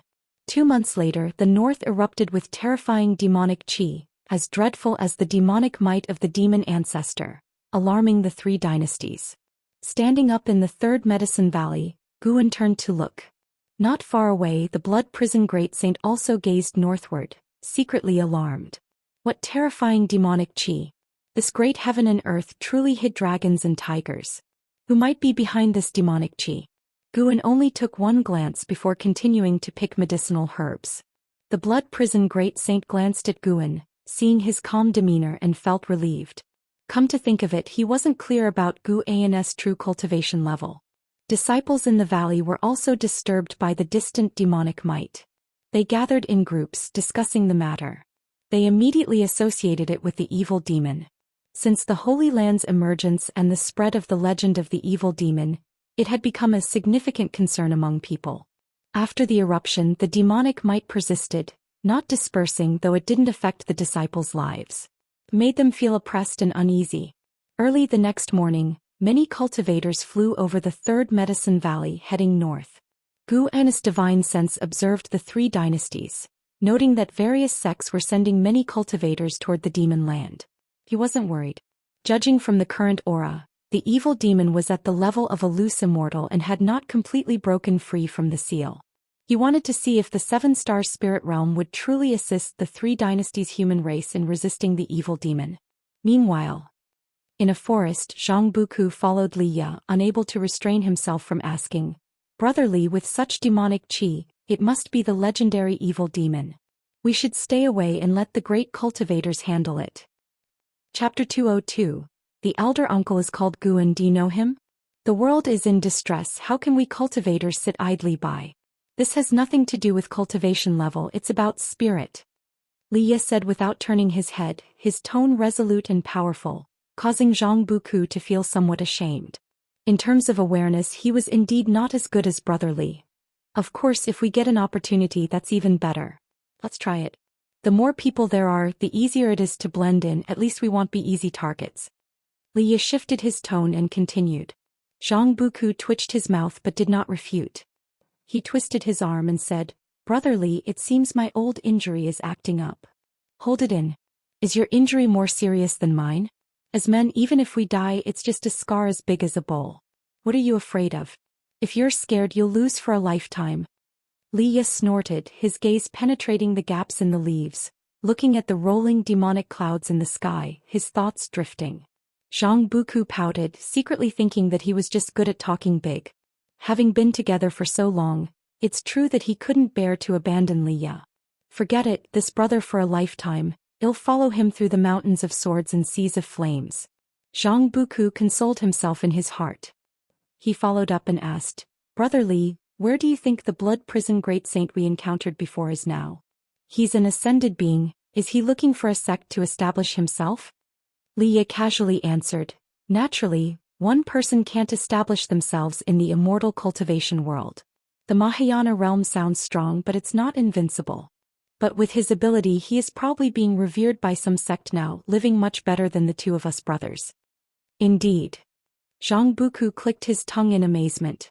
Without a sect as a backing, he deeply understood how difficult it was for a person to wander the immortal cultivation world alone. The two chatted while advancing. The demonic clouds in the sky continued to spread, seemingly marching towards the entire mortal world like a calamity. Guan rode on the back of the blood prison great saint, heading towards the pavilion area. His divine sense already locked onto the depths of the demon land. Amid a desolate land, the ground cracked open, spreading like a spider web. Majestic demonic qi erupted from the earth's crevices, soaring to the sky, an awe-inspiring sight. It was as if a peerless evil demon was about to break out from the ground, creating a suffocating atmosphere between heaven and earth. Guan observed cultivators constructing a transmission array platform on a cliff about 50,000 miles from the place where the evil demon was breaking its seal. They probably belonged to the seven-star spirit realm, as Zhou Xian was among them. At this moment, Zhou Xian stood at the edge of the cliff, his brows furrowed. A woman in white walked up to him, smilingly asked, "What's the matter? Are you afraid?" Zhou Xian glanced at her indifferently. "No matter how strong the evil demon is, can it be stronger than Sword Venerable Fu Dao? I've been to the Supreme Sect. It's different. These two haven't fought, besides you represented the seven-star spirit realm going to the Supreme Sect. Why would Sword Venerable Fu Dao attack you?" The woman in white shook her head. Zhou Xian continued to look ahead, ignoring the woman in white. The woman in white added, "Elder Lin is here too. He is a loose immortal. With his intervention we should get through this tribulation." "Elder Lin." Ji Zunling's brows furrowed again, his doubts growing stronger.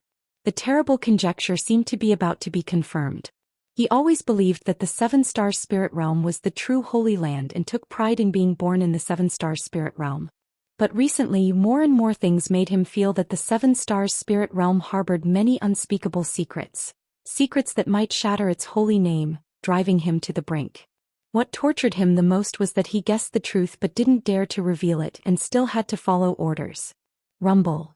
The demonic clouds in the sky began to emit thunderous sounds, like ancient demon gods roaring, causing unrest among all beings. Guan watched for a long time. When the blood prison great saint returned to the pavilion, he dismounted. Although cultivators from all over the world were heading north, and even the demon clan was mobilizing troops towards the evil demon's seal, he was not in a hurry. Better wait for the evil demon to revive before taking action. He suspected that the Seven Stars Spirit Realm wanted to eliminate the evil demon themselves to make a name for themselves, but he felt that the rising speed of the demonic chi might disrupt their plan. Unless the Seven Stars Spirit Realm dispatched a wandering immortal. Just right to use the evil demon to test the strength of the Seven Stars Spirit Realm on the continent. In the days following, news of the imminent revival of the evil demons spread wildly within the Supreme Sect, even reaching the disciples in Mystic Valley and the Third Medicine Valley. Guan could feel that the evil demon was about to break its seal ahead of time for some unknown reason. He didn't bother to speculate on the reason as long as the evil demon didn't grow strong enough to exceed his control. Judging by the current pace of its chi rising, it would take another 100 years to pose a threat to Guan. The difference between heaven and earth flying immortal and wandering immortal was like the gap between mortals and immortals. Not to mention that the evil demon had not yet reached the wandering immortal realm. The Seven Stars Spirit Realm side hadn't made a move yet, they were also waiting. Guan thought they would act only when the three Chao cultivators gathered, which would be their chance to make a name. In the blink of an eye. A month quickly passed, and a large number of three Chao cultivators had gathered where the Seven Stars Spirit Realm cultivators were stationed. The evil demon's chi had almost reached the wandering immortal realm, sending a chill down all cultivators' spines. Let alone scouting for information, they didn't even dare to send their divine senses into demon land. On the wasteland, the Supreme Sect cultivators gathered to build houses, with formations set up around the perimeter. Alvi Baitin stood on a terrace, his gaze fixed on the distant cliff, where the Seven Stars Spirit Realm was stationed, isolated as a holy land, not mingling with the three Chao sections. All the sects gathered on the wasteland under the cliff, but the Seven Stars Spirit Realm remained aloof. Xianxia approached Alvi Baitin and whispered, "There's still no sign of Xianxia. Could he really have perished in demon land?" His brows furrowed. Xianxia was a rare talent in the Supreme Sect in thousands of years and their strongest person on the surface. Losing Xianxia would mean half of the Supreme Sect's foundation crumbling. Regardless, we must prepare for the possibility that he can't fight. Alvi Baitin said solemnly. Xianxia looked at Alvi Baitin deep in thought. After a long while he finally asked, "Sect leader, are you hiding something from me? If Xianxia is really dead, how can you be so unperturbed? You are too calm." Alvi Baitin shook his head and turned to go downstairs. In the distance, Liya led Zhang Buku into the Supreme Sect's encampment. Zhang Buku looked around, full of curiosity. "I heard the Supreme Sect started recruiting Demon Clan disciples. You should join later, I'll recommend you." Liya softly laughed. Zhang Buku asked, "Really?" He was visibly excited. Liya glanced at him curiously asking, "Why so excited? When I introduced you to the cultivators of the Zongtian sect, you weren't this thrilled." Why? Zhang Buku took a deep breath. "Truth be told, my father was an outer sect servant disciple of the Supreme Sect. Since childhood I've heard tales of the Supreme Sect from him. Naturally I yearn for it." Due to Zhang Buku's tragic background, Liya never asked much, afraid of saddening him. Today, hearing this, he couldn't help but ask, "What's your father's name? By the way, I also started as an outer sect servant disciple. Maybe I knew your father." Zhang Buku turned his head. "My father's name was Zhang Chuanqiu." "What?" Liya stopped in his tracks, staring at Zhang Buku in stunned surprise. Surprised, Zhang Buku asked, "Brother Li, you knew him?" First shocked, Liya then remembered that Zhang Buku's father had passed away. His mood dropped. "Was your father a servant disciple in Medicine Valley? When I joined the valley he was my senior brother," Liya said with mixed emotions. Zhang Buku was excited again. "Really? I didn't expect we had such a connection." "Right, you mentioned a martial uncle earlier, what's his name? Why didn't your father mention me?" Liya asked. Just as he finished, his mind suddenly jolted. "Wait, isn't this messing up the seniority?" Zhang Buku replied, "Martial uncle's name is Guan. Do you know him?" "Junior brother Gu," Liya immediately realized. Indeed, back in Medicine Valley, senior brother Zhang Chunkia's favorite was junior brother Gu. Junior brother Gu was kind to everyone, universally liked. It's natural that senior brother Zhang Chuanqiu remembered him. Zhang Buku also realized, scratching his head, "Should I call you Martial Uncle Li? Forget it, brotherly flows better. Well, each stick to our own." Seeing his shameless expression, Liya felt somewhat vexed. They'd been calling each other brothers for years, it was hard to change now. After all, Zhang Buku only saw him, their previous relationship might as well not count.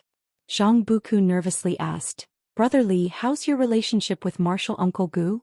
Hearing this, Liya suddenly wanted to alter the relationship. He looked up, proudly smiled, "Of course we're the best of brothers." "Really?" Zhang Buku was overjoyed. Liya asked skeptically, "Why are you so curious about him? Have you seen him?" "Of course, when I was young and my father hadn't yet passed, martial Uncle Gu came to my house. He even brought me a top-grade spirit elixir. He's my only elder in this world." Zhang Buku said seriously. "Only elder?" Li Ya's mouth twitched. "In that case you'd better call me martial uncle." "No way, we'll each stick to our own. If junior brother Gu hears this, I'll be a joke." "What? Last year when the Demon King nearly tore you apart, I risked my life to save you. Didn't you say we're brothers for life? Now you're denying it?" Zhang Buku glared. They had already sworn brotherhood. How could he recognize his brother as a martial uncle? Liya opened his mouth, feeling somewhat stifled. Zhang Buku looked around, muttering, "I wonder if martial Uncle Gu is here." Liya sneered. "He's just a Foundation Establishment realm cultivator, besides he's timid. How could he be here?" Foundation Establishment realm? Zhang Buku was taken aback. He had seen martial Uncle Gu slay demons. To be honest, he felt martial Uncle Gu was stronger than Liya. But he had promised martial Uncle Gu not to reveal his acts of heroism. So he held back. Seeing Li Ya's expression, he clearly didn't know martial Uncle Gu's true cultivation level. Such a proud person, if he knew the truth, had definitely hassle martial Uncle Gu? Zhang Buku thought secretly, feeling rather delighted. Knowing martial Uncle Gu's secret, did it mean martial Uncle Gu saw him as closer? Chapter 203. The Evil Demon Breaks the Seal. It's him. Zhang Buku could not find Guan within the Supreme Sect's camp, as Guan was still busy planting seeds. He had come to the grotto heaven he had cultivated beforehand, scattering ordinary herb seeds to improve the soil. Once the matter with the evil demon was resolved, he planned to go overseas to buy a large number of high-rank medicinal herb seeds. Decades had passed and Guan had accumulated a vast fortune, enough for him to spend lavishly. The demonic power from the north persisted, affecting all life. Wherever Guan went, he heard people worrying about it. Simultaneously, Guan overheard another discourse. Some were constantly advocating for the Holy Land, claiming that this calamity would not spread to the human realm with the Holy Land's intervention. Using his divine sense to cover the land of 3 dynasties, Guan saw many people specifically spreading this news. From the karma around them, he deduced they were entrusted by 7 Stars spirit realm cultivators. Indeed, the Holy Land's means were far beyond the Supreme Sects. After witnessing how difficult it was to control the sword Venerable Fudao, the 7 Stars spirit realm acted swiftly. Moreover, Guan noticed batches of cultivators landing from the sea, some among them even Nirvana realm great cultivators. They infiltrated the 3 dynasties to gather information. Some were investigating the sword Venerable Fudao, others the 7 Stars spirit realm. Guan did not pay too much attention as long as they didn't appear before him. Time continued to pass. About half a month later, as autumn drew to a close, Guan was riding the Blood Prison Great Saint, wandering around the 3rd Medicine Valley when his divine sense turned northward. The 7 Stars spirit realm had begun to take action. Guan saw among them appearing a loose Immortal, whose aura was no weaker than startling Immortal Lin's, even without releasing his pressure. In the depths of the Demon Land, at the edge of the Demon Land. "All disciples, prepare for battle." A bold voice resounded throughout the Supreme Sect's encampment, prompting all disciples to begin mobilizing. Not only the Supreme Sect but other sects were the same. The 7 Stars spirit realm dispatched disciples to various sects, instructing on battle tactics. Even powerful sects like the Zhongtian sect did not dare refuse, only complying as the 7 Stars spirit realm had great cultivators at the realm of Immortal path. When the 7 Stars spirit realm's cultivators flew toward the depths of the Demon Land like arrow showers, dozens of sects spread out, ready to encircle the Demon Land from different directions. And how Liya and Zhang Buku were among them. The Supreme Sect's mystic heart realm had only one representative, Ancestor Xianquan. Other sects were the same, with even the strongest Zhongtian sect only sending a Daoist lord, not even bringing any mystic heart realm great cultivators. They all knew the battle's key lay with the Holy Land. And Hao gazed at the backs of the 7 stars spirit realm cultivators, frowning deeply in thought. Over 10,000 Supreme Sect cultivators followed LV Baiyan in flight, everyone tense. Even with the Holy Land at the forefront, they still felt anxious, as the Holy Land had stated that the evil demon could not be completely eradicated by them. In the 7 stars spirit realm faction, Ji Zunling's eyes held complex emotions as he looked at the elder at the very front. That elder was the Lin family's loose immortal, named Ancestor Lin Lu, holding a high position within the 6 stars cave. Not only was his cultivation profound, but he himself had lived for nearly 10,000 years. Ancestor Lin Lu wore a large purple robe, his white hair bound beneath a coronet, and his weathered face exuded vitality with bright eyes, making him appear imposing. Suddenly his eyes squinted, and in the direction he gazed upon, the barren earth ahead was riddled with fissures, black demonic qi seeping out, as if something extremely evil was breeding. Thunderclouds churned above, lightning flashing, casting a heavy atmosphere over everything. Ancestor Lin Lu raised his right hand, a golden umbrella appearing in his palm. He lifted it and the golden umbrella flew over his head, swiftly shooting forward. In the blink of an eye, the golden umbrella flew to the most densely concentrated area of demonic qi, hovering 10,000 feet above the ground, near the thunderclouds. Boom! The golden umbrella suddenly opened, spreading golden rays of light, as if an immense power from another dimension shook the very sea of time, dispersing clouds and lightning, transforming the gloomy sky into something majestic and ethereal. Golden light poured down from the umbrella like a torrential rain, landing on the cracked ground, forming inscriptions that expanded rapidly, covering a 1,000-mile radius within 2 breaths and continuing to spread. The golden inscriptions suppressed the demonic qi emerging from the ground fissures. When the inscriptions stopped extending, their edges emitted golden light, shooting into the clouds and forming golden pillars, isolating 10,000 miles around, with the 3 dynasties sects positioned outside the golden barrier. What kind of magic artifact is that? Can form a formation by itself? Indeed powerful, this formation feels stronger than our sect-protecting array. No wonder it's the Holy Land, truly formidable. It seems the Holy Land plans to handle the evil demon alone. We just need to assist. That's good. Who wants to die? Discussions buzzed among the sect disciples, their reverence for the Holy Land rising rapidly. Ji Xianling looked up at the golden umbrella in the sky, uttering 4 words. Loose immortal Dharma treasure. Ancestor Lin Lu accelerated alone, quickly arriving above a massive black hole. Looking down he saw it was bottomless, with all the ground fissures extending from this pit. The demonic qi inside pushed against the golden manna, threatening to break through at any moment.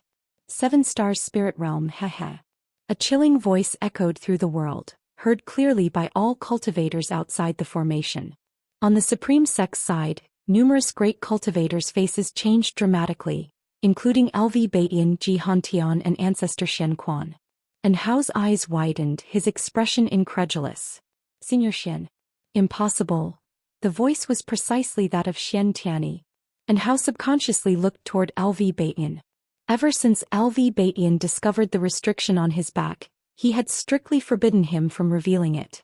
LV Baiyan had also promised to handle the matter and never wrong Xian Tianyi.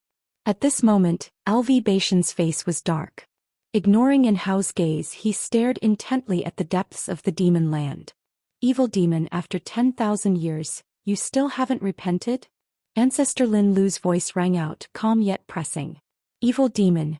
All cultivators tensed, with those from various sects who had met Xian Tianyi furrowing their brows, frequently looking toward the Supreme Sect. Just then the earth trembled violently.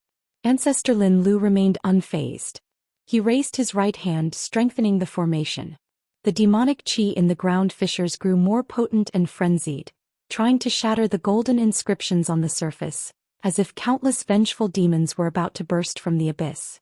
Mournful wails echoed throughout the world, sounding like both dragon and phoenix songs, and evil ghosts' howls, making everyone's hair stand on end.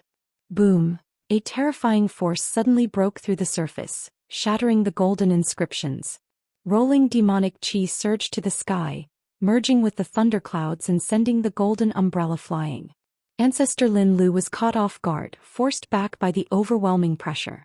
Stabilizing himself, he frowned, raised his hand and cast a spell to steady the golden umbrella in the sky, then pulled out a long redwood sword.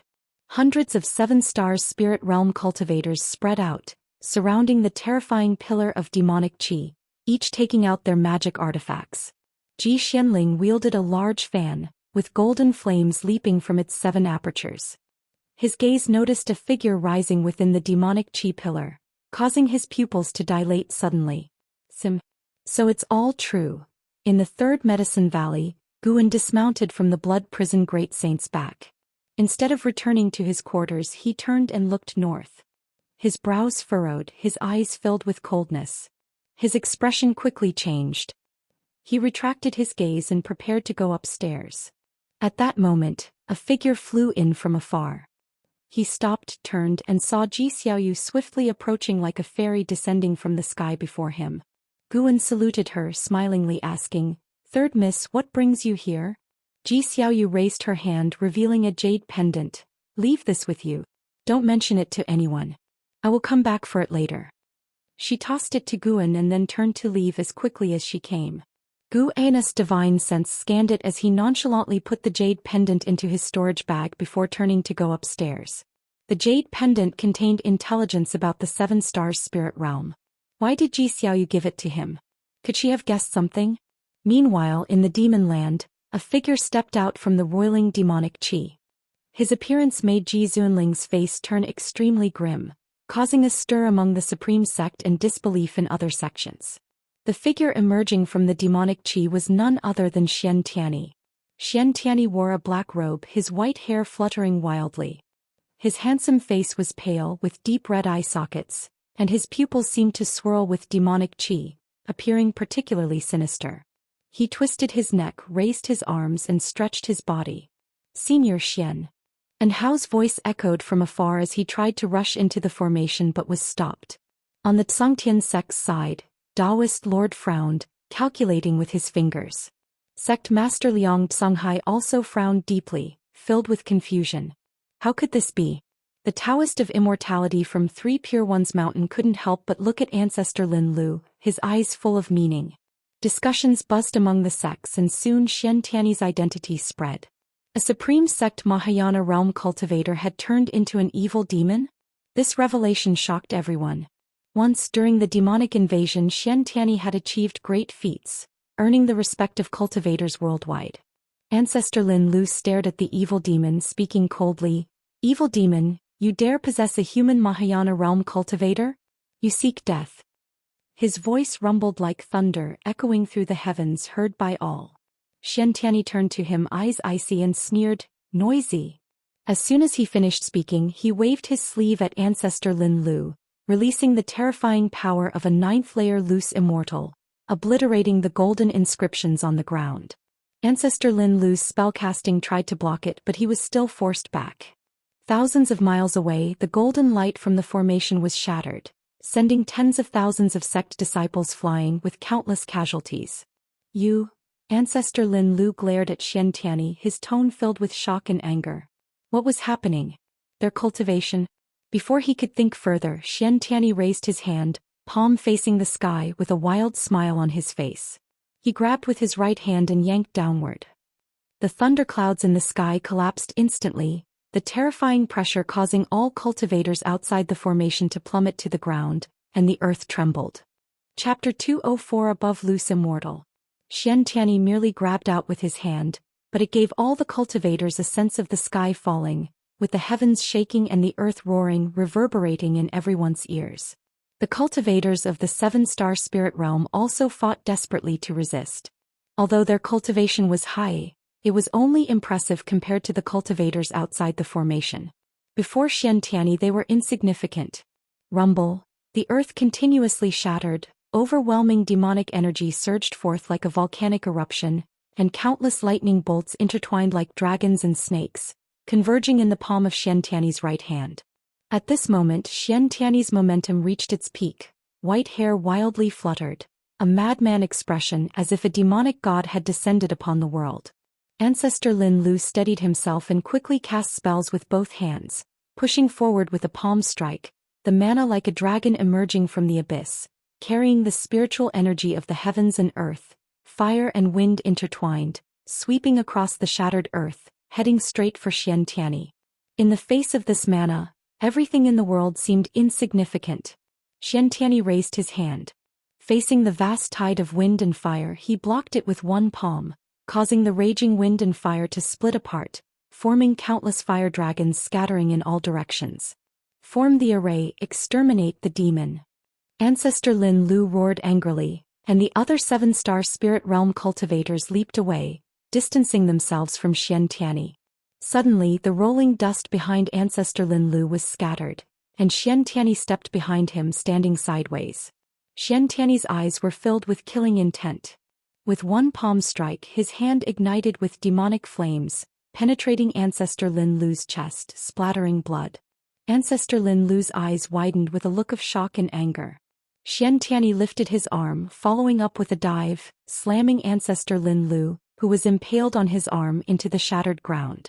He then began to wildly swing him around, causing the 7-star spirit realm cultivators to panic, and the great cultivators from distant sects were horrified. The evil demon, though not as exaggerated in size as the demon ancestors or great demon kings, exuded an even more intimidating presence. Ancestor Lin Lu transformed into a blood mist. In an instant, his body reappeared dozens of miles away, covered in blood, with his robe tattered, no longer composed as before. Xianxia stepped out from the blood mist. As he looked up, countless sword shadows emitting silver light descended from the sky, engulfing him in an instant, causing dust to rise like a dragon swallowing the sky. Boom! Boom! Boom! Countless sword shadows bombarded the ground, causing the entire earth to tremble violently. The ones casting the spells were dozens of 7-star spirit realm sword cultivators. They floated high in the sky, each with their treasure sword inverted in front of them, the blades vibrating with a clear and piercing sound. Watching the formidable sword array of the 7-star spirit realm, the cultivators of various sects were elated. They retreated one after another, distancing themselves from the battlefield. The difference in cultivation levels was too great. Even flying was difficult, so they had to expand the encirclement. LV Batian grabbed and Hao and quickly retreated. "Master, is there no hope?" And Hao looked at LV Batian, gritting his teeth. Hearing that Xianxia had been possessed, his heart ached terribly. LV Batian gazed at the chaotic and terrifying battlefield in the distance, speaking in a solemn tone. "The urgent task now is to eliminate the demon." Liya and Zhang Buku were also retreating. Their cultivation level was too low. Facing Xianxia's demonic power, they felt suffocated. "Brother Li, there's no way to take advantage of this situation," Zhang Buku whispered urgently. He felt that the Holy Land was not containing the evil demon. Liya didn't speak. He was equally nervous. In his eyes, the Holy Land was the most powerful force in the world. With the Holy Land leading the way, their pressure should be less. But once the evil demon appeared, the situation was completely reversed, and even the mighty Holy Land was being suppressed. On the other side, Ancestor Lin Lu flew high into the sky, taking out various magic artifacts. While forming an array, he cast spells to attack Xianxia. "What's going on? He shouldn't be this strong," Ancestor Lin Lu thought fearfully. He could feel that Xianxia was still growing stronger, even challenging a higher realm. The realm above Lu's Immortal. In the 6 Stars Cave, there was only one person in that realm, and that person was not on the continent. After reaching the realm of Immortal Path, most cultivators would not stay on the continent. He usually roamed the oceans and would not have returned if not for the family incident. Before he could think further, a surge of demonic energy burst from beneath the sword array, scattering it. Dozens of 7-star spirit realm sword cultivators spat blood and were sent flying. This demonic energy, like a blade, pierced through the sky, aimed at Ancestor Lin Lu. Too fast. It was so fast that Ancestor Lin Lu couldn't dodge and could only instinctively use mana to defend. Boom! His figure was engulfed by demonic energy, and the clouds in the sky were also pierced. As the demonic energy dissipated, sunlight shone through the gap in the clouds. All of the magic artifacts in front of Ancestor Lin Lu shattered, and though he barely managed to block it, he was covered in blood, looking miserable. He was also at the loose immortal realm and at the 8th floor of cultivation, but before Xiantiani he was defenseless. Damn it! Ancestor Lin Lu roared, his mana bursting from within, further shattering the ground below. Earth's spirit energy surged up like a celestial screen, covering hundreds of miles, grand and majestic, engulfing his figure. Xiantiani suddenly appeared behind one of the 7-star spirit realm cultivators, grabbing his head. The cultivator's face showed terror. Before he could resist, Xiantiani directly extracted his soul, opening his mouth to forcibly devour it. He then released his right hand and the soulless cultivator collapsed to the ground.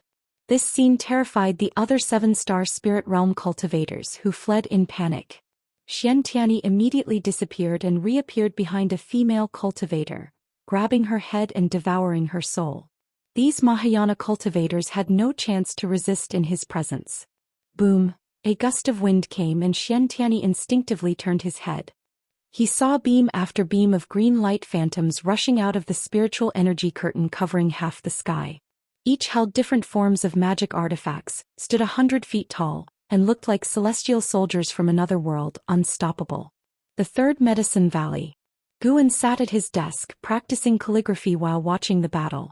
Possessed by the evil demon, Xiantiani suppressed the 7-star spirit realm alone. That loose immortal constantly displayed divine skills, shaking the heavens and earth, but was unable to harm Xiantiani. Instead, he watched as Xiantiani continuously devoured souls. Guan sensed that 10 loose immortals were heading to the battlefield, flying in from the northern coast of the continent with great speed. They should be reinforcements for the 7-star spirit realm. Strange, there is still Xiantiani's soul aura within him. It doesn't seem like possession, but the two are so perfectly integrated, it's as if they were originally one, Guan wondered. He initially planned to act once the evil demon broke free, but he had to wait because of Xiantiani. The 7-star spirit realm intended to use the evil demon to bolster their holy land's prestige while luring Xiantiani into a trap, weakening the supreme sect's explicit power and reputation. It was truly sinister. But the evil demon was on the verge of breaking through to Wandering Immortal, which shouldn't have been part of the 7-star spirit realm's plan. Otherwise, Ancestor Lin Lu wouldn't have acted early, forcing the evil demon to break free prematurely. The variable was Xiantiani. Xiantiani seemed to have additional secrets unknown to others. Thinking carefully, Xiantiani's talent didn't seem trainable by the Supreme Sect, and his growth didn't involve training in the 7-star spirit realm but rather heading south instead. In any case, Guan was determined to rescue Xiantiani. Now the 7-star spirit realm found itself in a difficult situation, and it was perfect to use the evil demon to weaken the realm's power and prestige.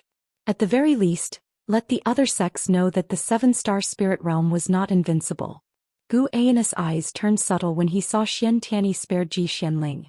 Besides Ancestor Lin Lu and Ji Xianling, all the other 7-star spirit realm cultivators had their souls devoured, leaving only their shells. Without anyone to restrain him, Ancestor Lin Lu was no match for Xiantiani either. Being in the same realm, it would be difficult for Xiantiani to completely kill Ancestor Lin Lu in a short time. Suddenly Xiantiani drilled deep into the ground. As soon as he disappeared, the 10 loose immortals arrived. In the battlefield of the demon land, the world turned dark, and the land was buried in overwhelming dust, resembling the early chaos of creation. Ancestor Lin Lu looked around at his fellow disciples and said solemnly, "He's about to break through to Wandering Immortal." Upon hearing these words, the 10 loose immortals' faces changed dramatically. Without needing further orders, they all plunged into the ground fissures, chasing after Xiantiani. Ancestor Lin Lu took out an elixir and swallowed it, then began cultivating energy midair to heal. His face was grim, filled with fear. The Lin family had already lost startling Immortal Lin, the most talented family member in history, and their plans involving the 7-star spirit realm were nearly exposed. He came this time to redeem himself, but hadn't expected the evil demon to be so powerful. 10,000 years ago the evil demon had just reached the loose immortal realm. How was he so strong now? Was there another influence behind the evil demon? His first thought was Sword Venerable Fudao. Sword Venerable Fudao could easily kill a loose immortal and was likely a wandering immortal. The 6 Stars Cave had only one wandering immortal, and without knowing Sword Venerable Fudao's true identity, They did not dare act rashly. Could Sword Venerable Fudao be someone from a great sect at sea specifically targeting the seven-star spirit realm? 300 years ago, we shouldn't have let the ephemera sect in. Ancestor Lin Lu hated bitterly. The Six Stars Cave had numerous factions and his family couldn't dominate. But now the main loss fell on the Lin family. The disciples just devoured most came from the Lin family. How could he not hate? At the same time, the Supreme Sect and other sects had retreated 10,000 miles away, sensing only 2 auras of 7-star spirit realm cultivators, making them even more afraid. Even the Holy Land can't suppress the evil demon? Without the Holy Land we would have been dead already. The Holy Land does live up to its name, but its foundation is... Could we ultimately rely on Sword Venerable Fudao?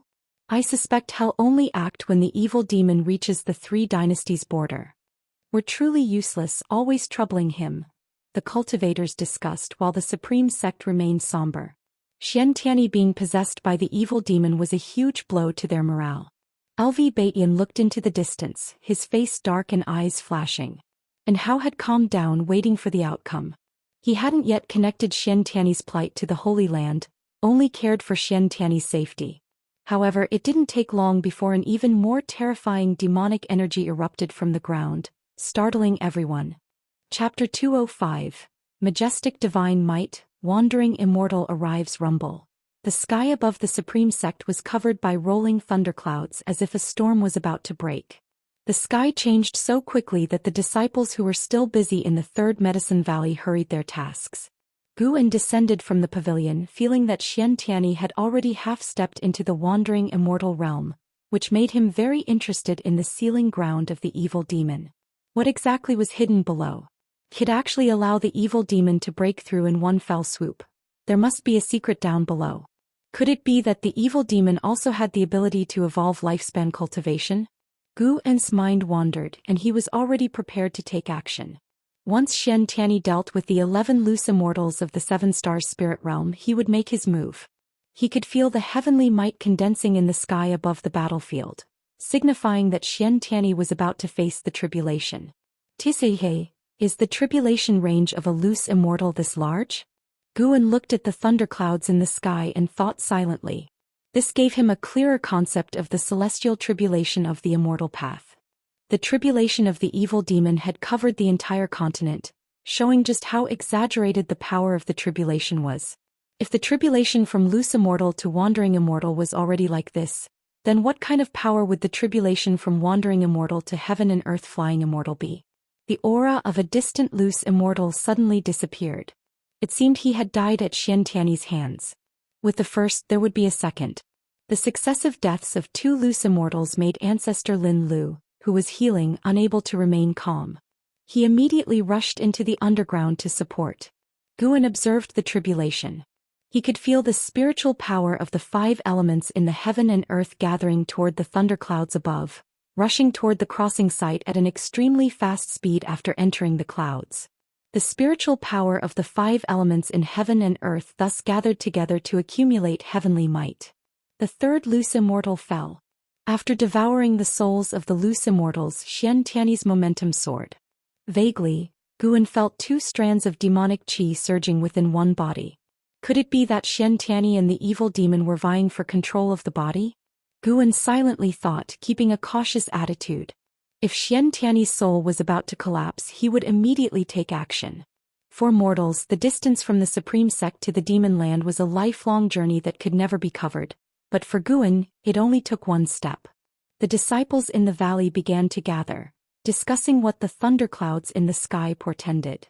Lu Lingjun still stayed within the pavilion, cultivating, seemingly unconcerned about the calamity outside. Since returning, she had been in closed cultivation and had not left the room. Rumble. Watching the lightning and thunder in the sky, the cultivators of the Supreme Sect were extremely tense because they felt they were also within the scope of the celestial tribulation and might be affected. Liang Songhai was decisive and immediately ordered the disciples to retreat. After all, they couldn't help the 7 stars spirit realm. It was better to preserve themselves. Their presence here was at the call of the 7 stars spirit realm. Otherwise, the safest option would be to guard the borders of the 3 dynasties, where they could gather more strength. Xian also led the disciples in retreat, and at that moment Xianxia approached him. I suddenly remembered that Xianxia had gone demonic in his youth, Xianxia whispered. Xian glanced at him, his gaze cold, scaring him into immediate silence. Xianxia spoke with some grievance. I thought you two were at odds. So all these years have been an act for me? Xian was the sect leader and he was the vice sect leader. He also had the ambition to be sect leader, but above them was Xianxia, who many elders supported for the position of sect leader. As such, he naturally harbored no good feelings toward Xianxia. It so happened that Xian once found him, complaining about Xianxia, which quickly won his favor. Because of Xianxia, the two formed a better bond. Whenever Xian shirked his duties, he would work hard because Xian promised that if he stepped down he would choose him. Of course, all this was about vying for power. On a day-to-day basis, the three of them as fellow disciples greeted each other amicably. Talking nonsense, is now the time to discuss this? Xian said in a deep voice, cutting off Xianxia. Boom! A deafening sound came from behind, startling the two into turning their heads. The distance was too far for them to see what had happened, but the horrifying demonic might of the evil demon made them tremble in fear. At that moment a disciple cried out, "Look at the sky!" Everyone looked up, astonished to find that the thunderclouds in the sky had reflected a scene of the demon land. Figures moved as swiftly as lightning, dazzling everyone. Those exaggerated spells and divine skills were even more shocking to every cultivator's eyes. Various factions began to slow down, retreating while watching the battle unfold. And Hao Liya and Zhang Buku did the same. Zhang Buku's eyes were full of longing. Could he reach such a realm in his lifetime? And Hao's eyes were full of concern and worry. He always believed that there was still hope for Xianxia to break free from the evil demon. Under the watchful eyes of all the cultivators, whenever Xianxia stopped to devour a soul, the scene in the sky would focus on him, zooming in, showing everyone the chilling process of him consuming the souls of the loose immortals. Xianxia's face displayed two different expressions, arrogance and cruelty on the left, frowning and pain on the right. This made him look even more bizarre. Time continued to pass. In the end, only ancestor Lin Lu remained alive. Seeing the last loose immortal companion's soul drawn out, he completely gave up on resisting. He tried to escape, but Xianxia caught him, and this time he could not escape Xianxia's grasp. "You can't." Ancestor Lin Lu trembled, his primordial spirit unable to leave his body, his physical form unable to use divine skills, and his qi unable to break free from the hand above his head. Sadly, before he could finish his words, he collapsed to the ground. Xianxia swallowed his soul, soared into the sky, sat cross-legged in midair, constantly rising. When he stopped, beneath him was a vast wave of dust like a dragon, seemingly engulfing the entire world. The illusions in the sky continued to expand, eventually covering the entire continent. Wherever there were people or demons, they were frightened, discussing who the figure in the sky was. Transformed into the evil demon, Xianxia deeply imprinted himself in the hearts of all beings. The disciples of the Third Medicine Valley discussed in astonishment. Some remembered Xianxia, finding it hard to believe. Guan turned and walked toward the transmission array platform. The blood prison great saint lay on the ground, watching the spectacle. As expected of the great heavenly spirit land. This tribulation is too exaggerated, and this evil demon looks so powerful, the blood prison great saint thought to himself. He was not at all flustered, after all he was a prisoner. His gaze unconsciously followed Guan, seeing him teleport away. He didn't mind, thinking Guan was going to take care of the Mystic Valley. After arriving at the Mystic Valley, Guan simply inspected it briefly before leaving. As the great battle ended, the only sound left in heaven and earth was thunder. The cultivators of the three dynasties factions all paused. The leaders from each faction gathered to discuss their next move. They could all see that the evil demon was undergoing a tribulation. If the evil demon succeeded in the tribulation, the situation would become even worse. But with the complete annihilation of the Seven Stars spirit realm, what could they do? Someone complained, "There are so many cultivators in the Holy Land, yet they sent only so few of us here. Isn't this courting death?" Every 100 years, geniuses from various factions would go to the Seven Stars spirit realm for cultivation. They knew that the Seven Stars spirit realm far exceeded this number of people. Not only was the Seven Stars spirit realm sparsely populated, but they even called them to die here. It wasn't just one person. Others also resented the Seven Stars spirit realm. No matter how nicely the Seven Stars spirit realm spoke, these were old monsters who lived for hundreds, even thousands of years, not easily swayed by sweet talk. They judged the Seven Stars spirit realm by its actions. Liang Songhai took a deep breath and said, "All right, now the urgent task is how we might stop the evil demon's tribulation?" Everyone fell into silence. The gap in realms was too vast. They had no chance of winning. Daoist Lord suddenly said, "I foresee that the fate of the three dynasties has not yet run out. Perhaps there will be a turn of events. The Seven Stars spirit realm, after all, is an ancient holy land. Having lost so many people, they will not let it go easily." As soon as he spoke, everyone heaved a sigh of relief. They trusted the Daoist Lord greatly. LV Baiyin said nothing, his gaze fixed on the illusions in the sky. Time flew by, and those who came to fight felt agony. The people of the three dynasties were even more tense, watching the demon go through the tribulation, guessing what might happen next. Some even prayed for Xiantiani to fail the tribulation. And Hao sat cross-legged on the ground, both restoring his spiritual energy and keeping a close watch on the sky. Zhang Buku and Li Yi did the same, though they were more curious about Xiantiani's actual realm, finding the tribulation's momentum excessively exaggerated. On the other side, suspended high in the sky, Xiantiani was surrounded by demonic qi. The demonic qi from the underground pierced through the dust of heaven and earth, entering his body, continuously boosting his momentum. "Xiantiani, have you forgotten you consider yourself a hero of the righteous path?"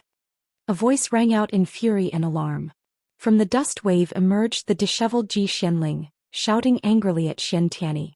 Xiantiani's right eye opened, his brow furrowed, half his face showing a struggling expression. At that moment his other eye opened, glancing at Zhou Xian with a gaze full of soul-chilling murderous intent, making Zhi Zunling's heart quake. Xiantiani's lips quivered slightly, laboriously uttering two words, "Run away." As soon as he finished speaking, his right eye closed and his entire face's expression returned to a unified look of cruelty and malevolence. He raised his right hand, aiming at Zhi Xianling. "Innate 5 elements divine thunder tribulation. To think you, fiend, can undergo one of the top 10 tribulations of all time." A voice like that of a heavenly god resounded throughout the continent, shaking all beings to their core. Anyone who heard this voice was instinctively filled with awe. Zhi Xianling instinctively turned his head, seeing a massive hole suddenly form in the thunderclouds above. A figure shining brightly descended from the sky, pressing the two of them down, scattering the boundless dust waves on the ground. Boom! Xiantiani sat on the ground, the ruins within a 100-mile radius collapsing, forming a massive circular pit. A figure descended in front of Xiantiani, causing him to look up in fear. For the first time he showed such an expression. Chapter 206, Domineering. Sword Venerable Fudao. Zhi Xianling also fell to the ground, but unlike Xiantiani, he did not bear the overwhelming pressure that surpassed a loose immortal. After landing, he only staggered a few steps. He quickly raised his eyes to look, his gaze locked on the mysterious figure in front of Xiantiani. It was a figure shining with a strong light, and he recognized the identity of the other person at a glance. "Cave Master!" Zhi Xianling exclaimed in surprise. "The Cave Master of 6 Stars Cave, Divine Soul True Lord." The Divine Soul True Lord stood tall, draped in a wide black robe with white clothes cinched with gold thread underneath and a jade-adorned green silk belt. His black hair was coiled with 3 small swords. His expression was cold, and he looked down at the seated Xiantiani with eyes so frigid they seemed to freeze time.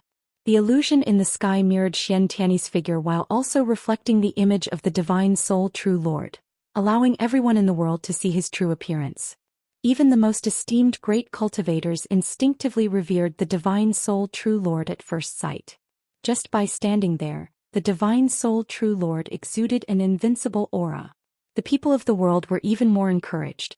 The invincible evil demon cowered before the Divine Soul True Lord, all his previously established terrifying aura completely gone, now appearing so weak. Xiantiani did not want to stand up, but he simply could not. The gap between a loose immortal and a wandering immortal was as vast as the difference between clouds and mud. Xiantiani looked at the divine soul true lord in terror, a look of pleading in his eyes. Thousands of miles away. And Hao looked at the illusion in the sky showing the divine soul true lord and panicked immediately. Under his watchful gaze, the divine soul true lord raised his right hand, and his imposing voice echoed across the entire continent. Today I, the true lord, will execute the demon for the sake of all living beings. His voice, akin to a god's, reverberated with rolling thunder. No, and Hao shouted with all his might, immediately wanting to leap up to intervene. Almost instantly he felt a tap on his shoulder, causing all his spiritual power to dissipate, rendering him unable to fly up. Zhang Buku, Li Ya, and many disciples of the Supreme Sect glimpsed a shadow so fast they thought it was a hallucination. After speaking, the divine soul true lord prepared to finish Xiantiani with a single palm strike. Ji Zunling's face changed drastically as he opened his mouth to plead. Smack. Suddenly, a hand pressed down on the divine soul true lord's shoulder, dispersing the bright light on him, altering his expression and halting his right palm. Xiantiani also saw someone suddenly appear behind the divine soul true lord, his expression changing dramatically as he struggled visibly. Ji Xianling gaped in shock, staring at the person behind the divine soul true lord. At this moment, all living beings saw the person behind the divine soul true lord in the sky. In the third medicine valley, Lu Lingjun pushed open the door just in time to see the illusion in the sky, her expression changing accordingly. Outer Gate City Heavenly Repair Platform. Standing beside the heaven-cutting axe, Zhou Xian looked up at the sky and murmured, "Sword Venerable Fudao." In the distance, Dixia also recognized the mysterious figure, growing nervous immediately. Sword Venerable Fudao was going to confront the Seven Stars Spirit Realm's expert? And Hao, upon seeing Sword Venerable Fudao's figure, became excited, clenching his fists tightly. He thought it was his master who finally came to help him out of reluctance. Leah also became excited the patriarch had actually come. Zhang Buku was simply curious about who had suddenly arrived. LV Baitin, looking at the sky, visibly sighed in relief. The leaders of other sects were stunned, not understanding why Sword Venerable Fudao had intervened. In the illusion in the sky, the divine soul true lord slowly lowered his right hand, glancing back and asking, "Could it be that you are the Sword Venerable Fudao who recently made a name for himself throughout the land?" Behind him stood a demonic shadow, shrouded in dark purple demonic qi, mysterious and ominous. Guan suddenly pulled him behind and then stepped forward. The divine soul true lord's expression changed dramatically, and his body involuntarily recoiled. Guan stepped forward to stand before Xiantiani, extending his right hand, pointing two fingers at Xiantiani's forehead. The magic of heaven and earth flying immortal erupted, forcibly expelling the demon soul from Xiantiani's body, dispersing the demonic qi, making Xiantiani grimace in pain. This scene shocked everyone in the world. This wasn't the evil demon. Everyone saw a demonic shadow emerge from Xiantiani, identical to his form. Before the evil demon could resist, Gu Anna's right hand opened, swiftly grabbing it and capturing it in his palm. The demonic pressure that shrouded the continent disappeared instantly, leaving everyone feeling inexplicably relieved, as if a heavy burden had been lifted from their hearts. The divine soul true lord was enraged. As the cave master of Six Stars Cave, he naturally knew the evil demon's true origin. Though not personally leading it, he had allowed it. Sword Venerable Fudao was slapping him in the face. Guan turned and stood side-on to the divine soul true lord. Xiantiani spat out blood, collapsing forward, his forehead landing on Guan's thigh. Before closing his eyes, he weakly uttered, "Fudao." He collapsed by Guan's leg, his consciousness plunging into darkness. Sword Venerable Fudao made no sound, allowing him to lie there, calmly staring at the divine soul true lord. The people of the world held their breaths. Everyone could feel the standoff between the divine soul true lord and Sword Venerable Fudao, recognizing that Sword Venerable Fudao had come to save the one possessed by the evil demon. No. More accurately, to save the one possessed by the evil demon. The world fell silent. Even the great cultivators near Demon Land were incredibly tense, not daring to breathe loudly. Blood Prison Great Saint, lying on the ground, looked at Gu Anna's figure, eyes full of admiration. Such domination. Without saying a word, everyone could feel his strong intent. Blood Prison Great Saint suddenly felt his past self was incredibly weak. Always boasting, but compared to the great cultivator of the upper realm, his spirit fell short by miles. Not just him, everyone else felt the divine soul true lord had fallen to a lower position. This mysterious figure effortlessly pulled the divine soul true lord away and scared him into inaction. Their abilities were clearly unmatched. Zhou Xian, closest to them, was utterly shocked. He knew better than anyone the power of the divine soul true lord. In the 7 stars spirit realm, centered around 6 stars cave, the divine soul true lord was as divine as an immortal to them, representing the continent's strongest being. Such an existence was easily pulled away by sword venerable Fudao. Zhou Xian finally understood why the 7 stars spirit realm had suddenly changed their mind and decided to come forth to save the people. They feared sword venerable Fudao and wanted to restore their image. The divine soul true lord's face was extremely grim, caught in an inner struggle between choices. He had intended to use the anomaly of this innate 5 elements divine thunder tribulation to showcase his grand and heroic image of saving all living beings. But now he found himself in a difficult position. If he acted, he couldn't be sure of winning, plus what would the world think of him? If he didn't act, how would the world view the 7 stars spirit realm? Who exactly are you? Do not say you're from the supreme sect. This land could not possibly spawn someone as powerful as you. The divine soul true lord asked solemnly, this time not letting his voice echo across the continent, only audible to himself, Guan and Zhou Xian.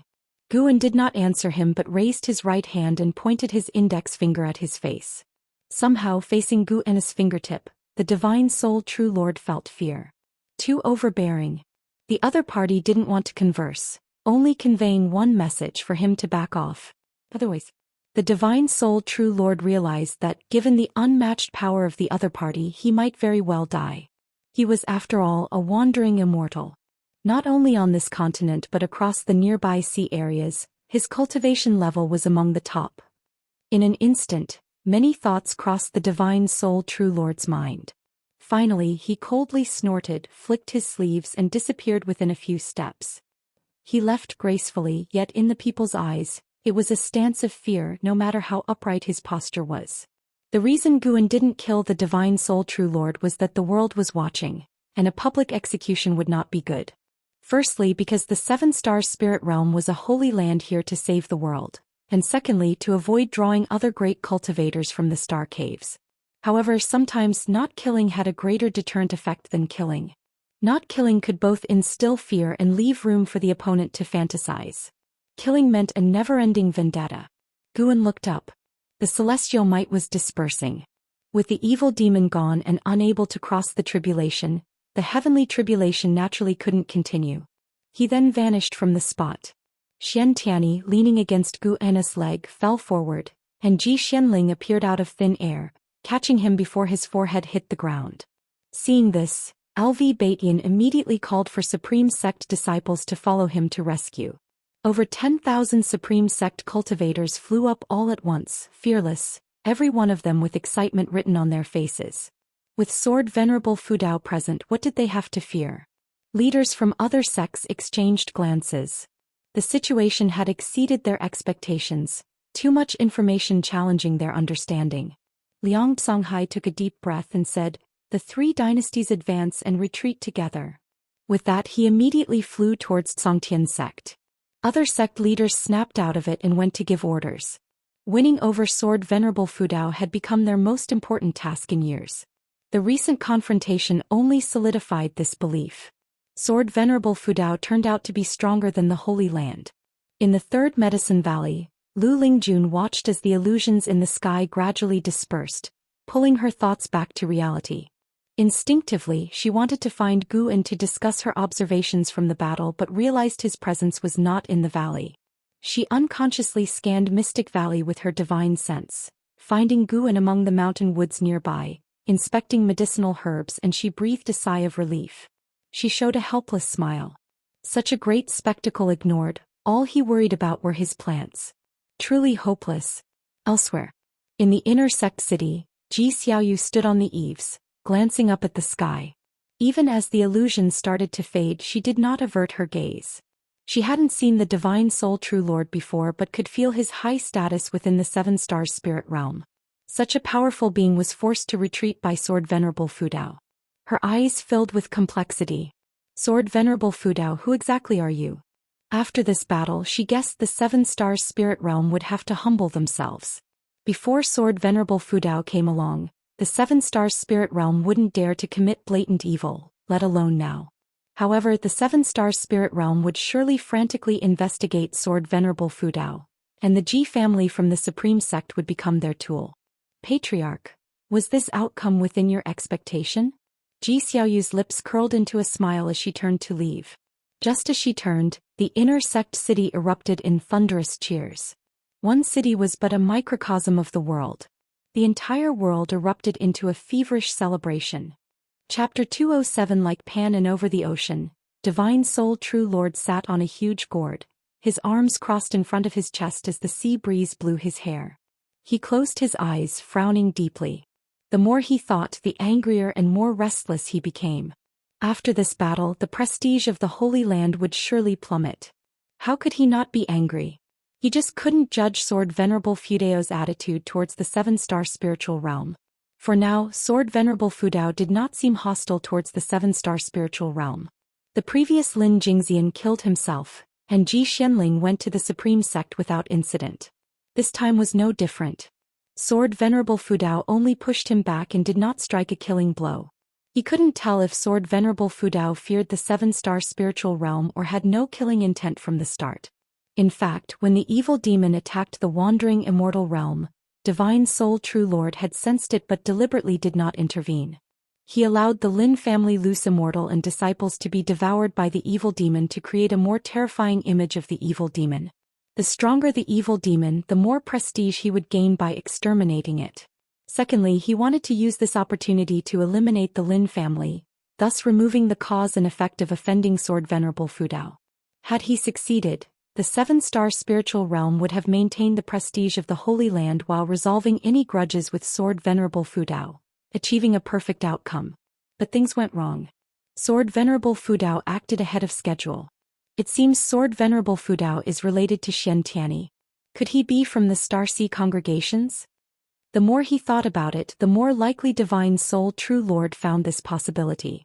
Before Xianxia joined the Starseed congregations, the Supreme Sect did not have such a great cultivator. He speculated that Xianxia, knowing the demon disaster was imminent, had asked Sword Venerable Fudao for support in advance. That's right. It must be so. Divine Soul True Lord had heard that Xianxia wrote a book entitled The Legend of Sword Venerable.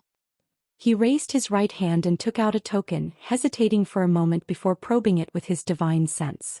Soon he sensed a wave of divine sense from the token, and began to relay what had happened, along with his speculations. After a while his face turned grim as he was obviously reprimanded. In the forest of Mystic Valley, Guan silently pondered. Ever since Divine Soul True Lord had left, his divine sense had been following him, preventing any unforeseen events. Seeing Divine Soul True Lord take out the token, Guan could guess he was contacting someone more powerful from the Seven-Star spiritual realm. Once Divine Soul True Lord placed the token back into his storage ring, Guan exhaled a long breath, his eyes growing cold. Judging by his expression, Guan hesitated. The lifespan foresight could only determine whether others had ill intentions towards his true form, while the 9 extremes yin-yang body could conceal his true form and obscure karmic calculations unless the other person linked Sword Venerable Fudao directly to his true form and harbored enmity. The mountain god's little figure had resembled Guan's true form closely, without any divine skills to cloak it, which was why he could sense it. And the hateful heaven ancestor had discovered him directly through sword intent. After 30 minutes, Divine Soul True Lord landed on an island. As he entered a cave, Guan sensed a restriction and stopped following. Just remember this island. Guan stood up and walked back to Mystic Valley. The disciples in the valley were still excitedly discussing the sky illusion they had witnessed earlier, the image of Sword Venerable Fudao deeply ingraining in their minds. They also believed that the entity confronting Divine Soul True Lord was indeed Sword Venerable Fudao. Guan joined them, chatting for a while. The impact of this battle was even greater than when Sword Venerable Fudao killed the demon ancestor. Not only because peace prevailed after defeating the evil demon, but also because it involved the Holy Land. When Guan returned to the third Medicine Valley, the disciples were gathered noisily, like in a busy market. Lu Lingjun, who had been waiting for him, pulled him into a pavilion, excitedly talking about Sword Venerable Fudao. Seeing her admire Sword Venerable Fudao so much filled Guan with satisfaction. He had to feign excitement and reciprocate the emotional value. For the next month, the Supreme Sect was in constant uproar, everyone full of excitement, various news spreading wildly within the sect. Guan went to the outer gate city twice, each time staying for 2 ancient hours, listening to the disciples on the streets praise Sword Venerable Fudao. It was worth noting that within this month, Guan noticed more cultivators arriving from the sea, some even in the realm of Immortal path, spreading throughout the Immortal cultivation world, gathering intelligence on the 7-star spiritual realm and Sword Venerable Fudao. Guan suspected they might be from another great power. He thought of hateful heaven ancestors, foes from the Star Sea congregations. The Star Sea congregations was a colossal power at sea. At least in hateful heaven ancestors' mind, the Star Sea congregations were on par with the 7-star spiritual realm. Could the Star Sea congregations be preparing to strike at the 7-star spiritual realm? Although Guan let his imagination run wild, he remained calm, continuing his peaceful farming life. After all, no one knew that he was Sword Venerable Fudao. After the winter snow fell, the cultivators who had fought the evil demon began returning to the Supreme Sect. It was worth mentioning that Li Ya and Zhang Buku also returned. Sensing their auras flying towards Mystic Valley, Guan awaited them in advance. The two still shared the North Sea heavy sword. Zhang Buku, looking at the forest covered in snow, appeared nervous. He was returning to the Medicine Valley where his father used to live, eager to see martial Uncle Gu again. The more Zhang Buku thought about it, the more nervous he became. Liya reminded him not to mention their injuries to Guan and to speak based on Guan's reactions. Zhang Buku felt helpless but could only agree. After a short while, Liya and Zhang Buku flew into Mystic Valley. Their arrival drew the attention of the servant disciples. Senior brother Li. Lu Jujiao walked over excitedly, full of surprise. Of all those who had left Mystic Valley, who was the most formidable? Naturally it was Li Ya. Despite losing miserably to An Hao and missing the golden list because of it, Li Ya's strength had earned the Supreme Sect's recognition, making him Mystic Valley's pride. Li Ya looked at Lu Jujiao, knowing he was Gu Anna's junior brother. He nodded slightly and said, "I am here to see your senior brother." Before Lu Jujiao could reply, a voice floated down from the pavilion. "Senior brother Li. Buku. Come up." Hearing Gu Anna's voice, Zhang Buku became excited. Li Ya glanced at him and then led him upstairs. Watching Li Ya's confident back, Lu Jujia's eyes were full of envy. Li Ya lived the life he desired. Soon Li Ya and Zhang Buku reached the upper floor and entered the room. Zhang Buku, seeing Guan, became so excited that he knelt down immediately. Li Ya hurriedly closed the door in fright. If word got out about his closest brother kneeling to his junior brother, it would be a scandal. "What are you doing? Get up quickly." Guan, sitting at the desk, said helplessly. Li Ya immediately pulled Zhang Buku up, glaring at him for losing face. Zhang Buku ignored Li Ya and looked at Guan with a silly grin. Guan gestured for them to sit and then got up to pour them tea. "Senior brother Li, how have you been these years?" Guan asked warmly. Li Ya immediately started boasting about his encounters and his progress in cultivation. Throughout the conversation, Zhang Buku hesitated to speak. Guan placed 2 cups of tea before them. Zhang Buku wanted to stand and bow, but Guan stopped him with a look. Seeing Guan's one glance making Zhang Buku obedient, Li Ya felt a pang of jealousy amidst his storytelling. "By the way, junior brother Gu, when did you descend the mountain without telling me? If I had known you were visiting senior brother Zhang, I definitely would have gone too." Li Ya suddenly recalled, asking sternly. Guan rolled his eyes at him and said, "At that time Buku was still a minor. Could you have come with me? You were focused on proving yourself." Li Ya heard this and gave an embarrassed smile. His relationship with Zhang Xianxia was average. Even if he had free time, he wouldn't have gone unless Guan insisted. Guan turned to Zhang Buku and asked, "How has it been following senior brother Li? Any injuries?" Zhang Buku was about to speak when Li Ya interrupted. "How could you get injured following me?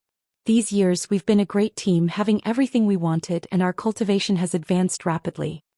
Seeing this, Zhang Buku could only nod. Then Liya shifted the topic to Sword Venerable Fudao, instantly changing the subject. Zhang Buku, who admired Sword Venerable Fudao, couldn't stop talking. Guan smiled at them, occasionally chiming in. Did Liya really take him for the primordial ancestor? The proud look on his face made Guan want to laugh. As for Zhang Buku, although excited, he wasn't as exaggerated as Liya. Hearing Guan praise Sword Venerable Fudao made Liya feel greatly satisfied. He wanted to tell Guan that Sword Venerable Fudao was their Li family primordial ancestor. But recalling the primordial ancestor's instructions, he could only hold back. He hadn't encountered the primordial ancestor in a long time. What was the primordial ancestor doing? Was he busy teaching Enhao? On the way back, Liya had communicated with Enhao, and compared to Enhao's progress, his achievements over the years were negligible. Once again he felt sour. The primordial ancestor favored Enhao for his talent, but guided him out of blood and kinship. Guan didn't know what Liya was thinking but felt his mood suddenly drop. He didn't want to inquire and took the chance to focus on Zhang Buku, feeling slightly irritated by Liya's hogging of the conversation earlier. Bullying my nephew? I'm fine. Brother Li treats me well, really. One sentence from Zhang Buku caused Liya's blood pressure to soar. Guan, smirking, asked, Brother Li? Yes, we are sworn brothers, promising to live and die together. Zhang Buku said stoutly. He could help Liya hide some things but not let him gain seniority. Liya's expression turned awkward.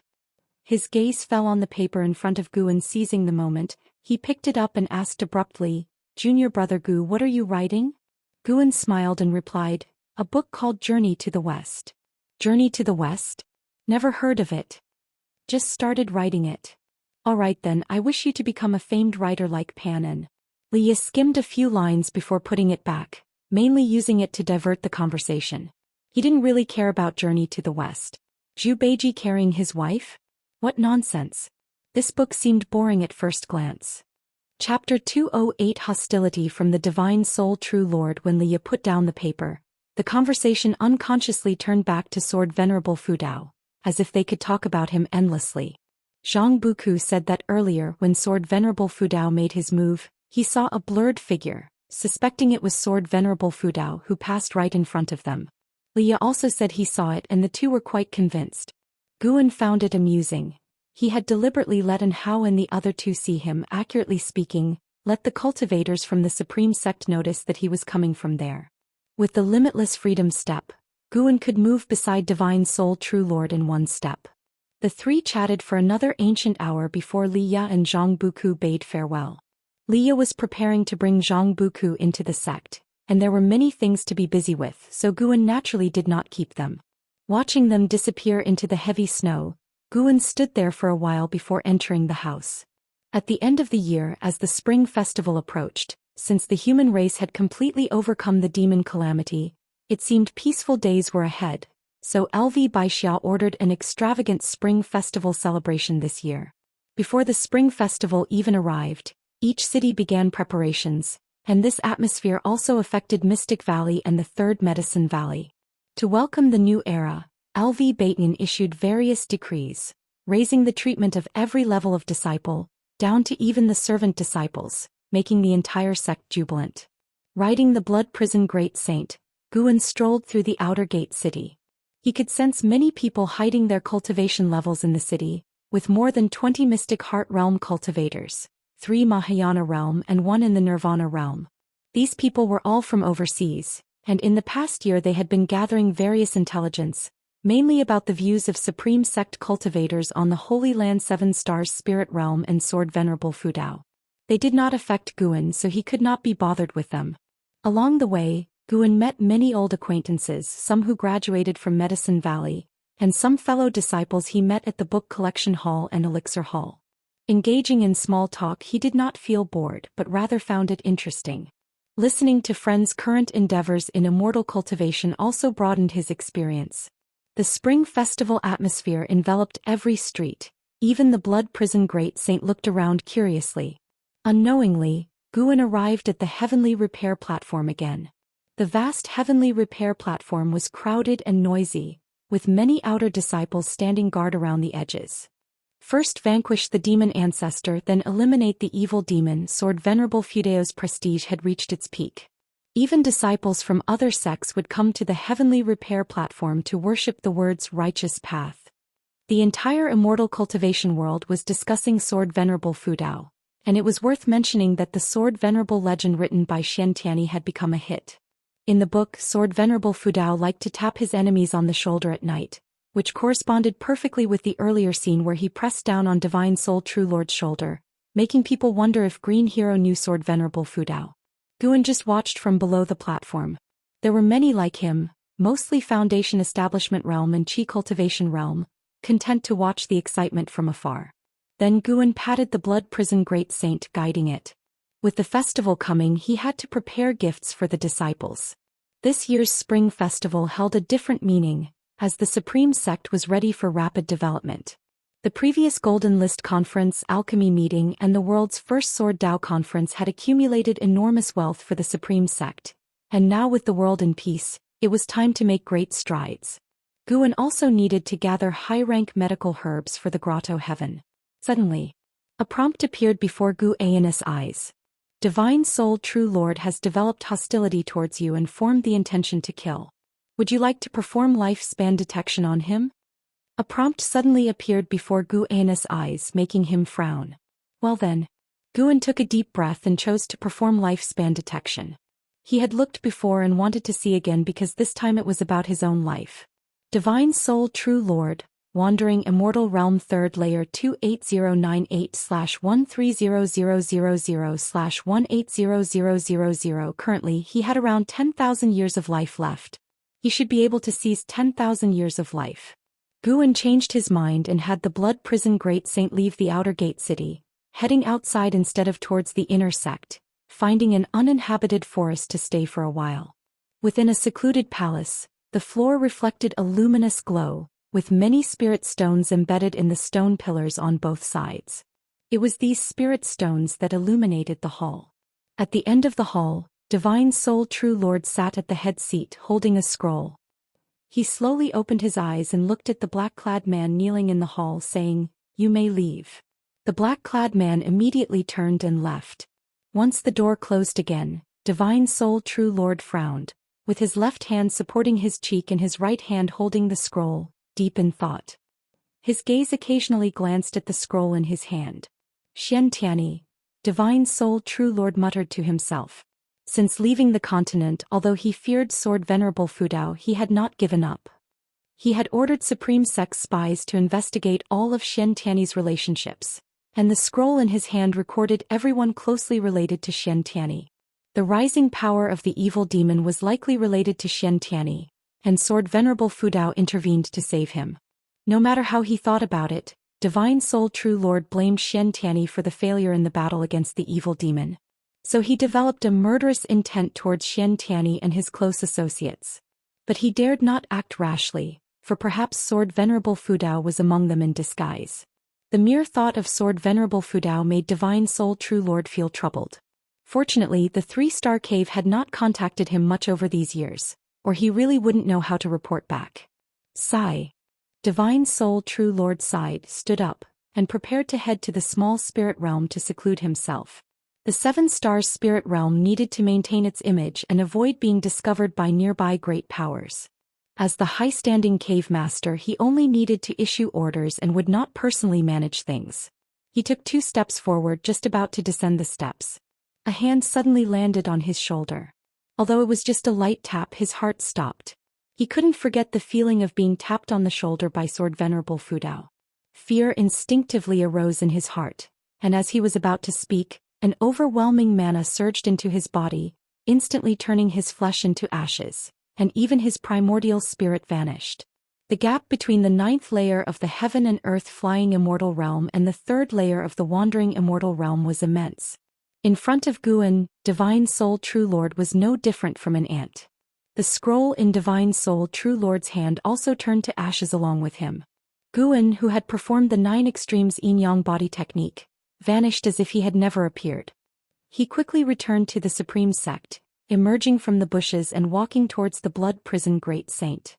He had been out of the Blood Prison Great Saint's sight for less than 10 breaths. with its cultivation sealed. The blood prison great saint had no idea what he had done and immediately stood up after seeing him return. Guan hung the wildflowers he had casually picked on the blood prison great saint's horns and directed it towards Mystic Valley. The blood prison great saint did not think much and carried Guan away.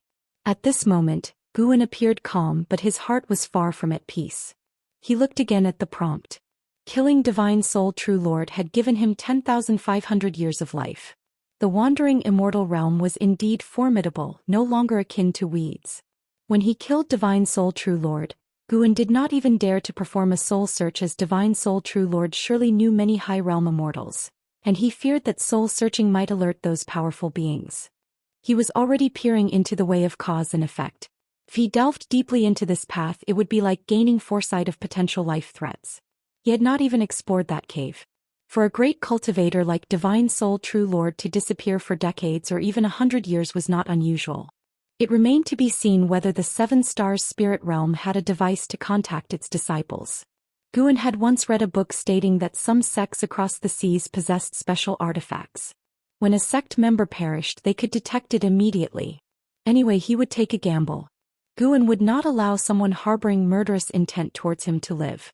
The longer they were left unchecked, the greater the danger. After the Spring Festival, the Supreme Sect began promoting the world's first cultivation meeting. What was the cultivation meeting? This idea, inspired by the heaven-cutting axe, was to create a heavy object that participants would control with spiritual power. The announcement of this meeting caused widespread interest in the immortal cultivation world. Such a meeting had never been held before. LV Batian planned to prepare for 5 years and even hinted at participation from overseas cultivators. Since killing Divine Soul True Lord, Guan observed the territory of the 3 dynasties every day with his divine sense. Fortunately, everything was peaceful and the lifespan detection had not been triggered. In mid-March, LV Batian visited Guan. The two drank wine in the house, with Guan listening carefully to LV Batian's ambitious plans, occasionally interjecting. He did not understand how to manage a sect but could offer some suggestions. Currently, LV Batian's ideas aligned with his own. LV Batian put all his efforts outward, and the entire sect worked hard for its growth, reducing internal strife significantly. The Supreme Sect enjoyed unprecedented harmony. Even though the world appears peaceful now, I still feel uneasy, just like half a year ago when dealing with the evil demon. That mysterious cultivator, his cultivation was incomparably strong. LV Batian put down his wine bowl and sighed. That person was already dead. Guan silently answered in his heart but said, "Wasn't it said that the person was an immortal senior from the Holy Land? The Holy Land shouldn't bring calamity, right?" LV Batian curled his lips and said, "Who knows? Alright, let's not talk about this. I just hope that in my lifetime the Supreme Sect can produce someone who surpasses the Mahayana realm. For this I will spare no effort." Guan nodded and said, "And Hao is exceptionally talented. He is the best candidate." "Indeed." LV Batian smiled. After experiencing the demon calamity, he seemed to have a new perspective on Hao. This was good too. He hoped LV Batian would focus on Hao as Guan did not want to become the sect leader. The two talked for a long time before LV Batian finally bade farewell. He had gained new ideas from Guan. Even before the world's first cultivation meeting began, he was already planning the next grand event. After LV Batian left, Guan did not stay long at the Third Medicine Valley either.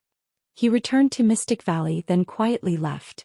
He continuously used the limitless freedom step, quickly distancing himself from the mainland. After several steps, he arrived on a vast island, the most prosperous in this sea area, with a cultivator population exceeding 5 million, always bustling with people. He did not disguise himself since the Supreme Sect was so far away. Even a Mahayana realm cultivator would take a lot of time to get here, and there were countless sea demons along the way. Here no one recognized him. The purpose of this trip was to purchase medicinal herb seeds. His grotto heaven only grew herbs of the 7th rank or higher.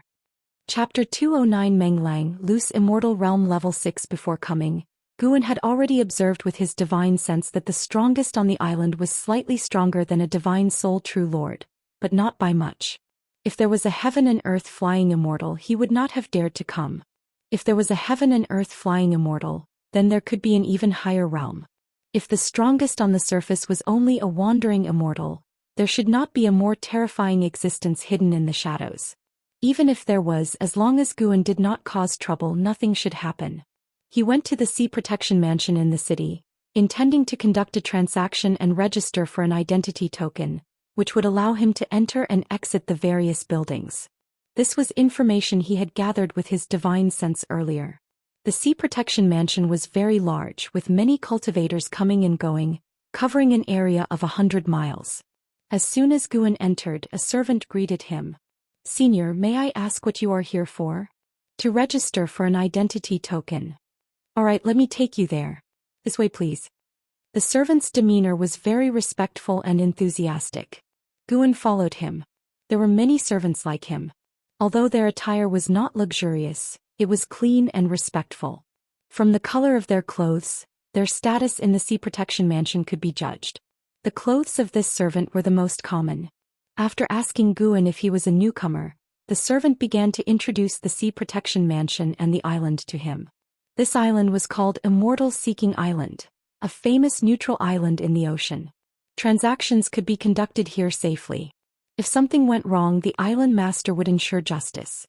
Moreover, connections could be made with great sects such as the Star Sea Congregations, Seven Stars Spirit Realm and Deep Sea Spirit Palace. When introducing the background of Immortal Seeking Island, the servant was not arrogant, remaining humble, which Guan found impeccable. When Guan asked for his name, the servant was flattered and quickly introduced himself.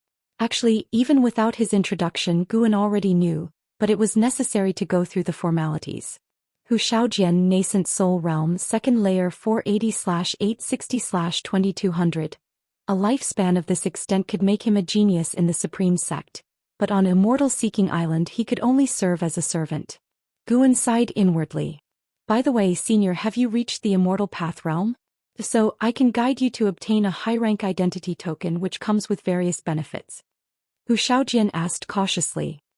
He could tell from Guan's extraordinary bearing, though not overbearing, that Guan was likely a great cultivator who had returned to simplicity. Guan responded affirmatively, making Zhou Xian even more excited. After the time it takes for an incense stick to burn, under Zhou Xian's guidance, Guan arrived at a large hall where most of the cultivators coming and going were in the Mahayana realm or Nirvana realm. The Nirvana realm cultivators were likely outsiders like Guan, while the Mahayana realm cultivators belonged to the Sea Protection Mansion. As for loose immortals, they were rare to encounter. Zhou Xian approached an elderly man and explained Guan's intention. The elder immediately stood up and led the two to a side hall. Chu Feng, Nirvana Realm, 5th Layer, 3860/15000/17000. Guan silently noted this information, then followed Chu Feng. Chu Feng took a white jade token, uninscribed, from a redwood cabinet, handed it to Guan and said, "Inject your mana into this, then silently recite your name to register." Guan took the white jade token, adjusted his cultivation level and injected his mana. After a few breaths, he raised the identity token to show Chu Feng.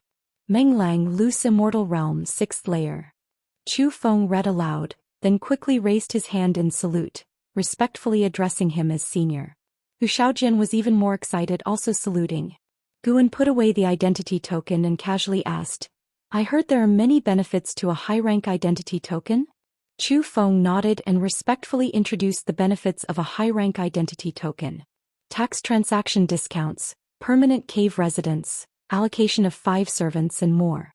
Guan was very pleased with what he heard and ultimately decided to have Zhou Xian lead the way, making Zhou Xian feel flattered while Chu Feng smiled and encouraged Zhou Xian.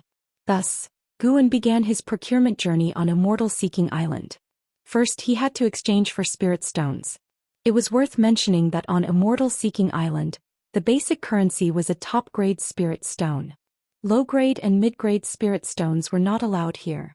Low-rank cultivators did not even have the qualification to enter the island, a harsh reality. But on second thought, who below the Nascent Soul Realm could cross the ocean to reach Immortal Seeking Island? Immortal Seeking Island was surrounded by millions of miles of sea, with no other islands around. As for the mainland, it was even farther away. To Zhou Xian, the 7-star spirit realm was a distant power. He had heard most about the Star Sea Congregations, the overlords of the ocean. In the evening, Guan returned to Mystic Valley. Purchasing medicinal herbs took time, not a one-time deal. However, Immortal Seeking Island had plenty of high-rank medicinal herbs, even offering 9th-rank medicinal herbs, enough to meet Guan's needs. It was said that every few decades, Immortal Path spirit trees might even be auctioned on Immortal Seeking Island. After greeting the disciples in the valley, he went upstairs. Once the procurement was done, it would be time to publish Journey to the West. Today's trip to Immortal Seeking Island had put Guan in a good mood. Using the name Meng Lang was a way to commemorate an old friend. He was not worried about being recognized. Most people who knew Guan would never reach Immortal Seeking Island in their lifetimes. As for geniuses like Xianxia and Anhao, without advancing to the Immortal Path realm, they would find it difficult to come. If Xianxia had connections with the Star Sea congregations, he might have the chance to go to Immortal Seeking Island, but he had never heard of Meng Lang. Guan thought that many years later, if he met Xianxia overseas, Xianxia's expression would be interesting. Speaking of Xianxia, that guy was still recovering from his injuries in the Supreme Sect. Who knows when he would recover his strength? Guan set aside these thoughts and focused on writing. A month later, having just turned 98, Guan came to Nianchu Cave. He found Tian Yaoer and brought her into his grotto heaven, then took out a large number of medicinal herb seeds and handed them to her for planting. Looking at the multitude of seeds, Tian Yaoer's eyes widened, her breath quickening. How long will this take to plant?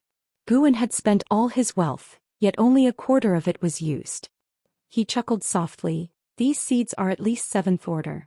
Be careful, if you ruin any, I'll have to hold you accountable. 7th order? 7th order? Tian Yaoer was stunned, then thrilled. With so many high-rank medicinal herbs properly planted, the spiritual energy here would be abundant, wouldn't it? She immediately began to take action. Guan, on the other hand, infused his mana into the ground, converting it into 5-element spiritual energy. Relying solely on the grotto heaven to absorb earth spirit energy was too slow.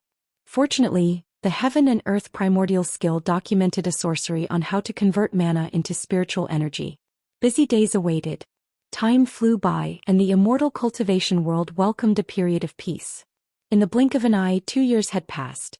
Guan's total lifespan had reached 6,700,000 years. He had planted all the high-rank medicinal herbs he had purchased in his grotto heaven, but the maturity time for 7th-order medicinal grass was extremely long, so he had to be patient. Though the wait was long, once harvested, it would be an enormous amount of lifespan.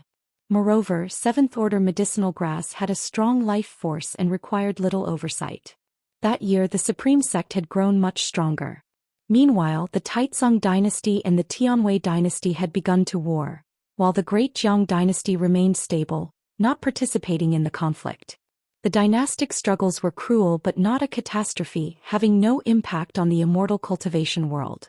Guan planned to achieve core formation that year.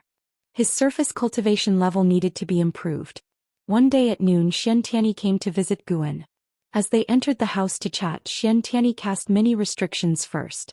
He was now the strongest cultivator in the Supreme Sect but still deployed many restrictions, indicating his awareness of several great cultivators infiltrating the Supreme Sect. Did you see the celestial phenomenon from that battle? Xianxia turned to Guan and asked solemnly. Guan nodded, then motioned for him to sit and talk. Bam!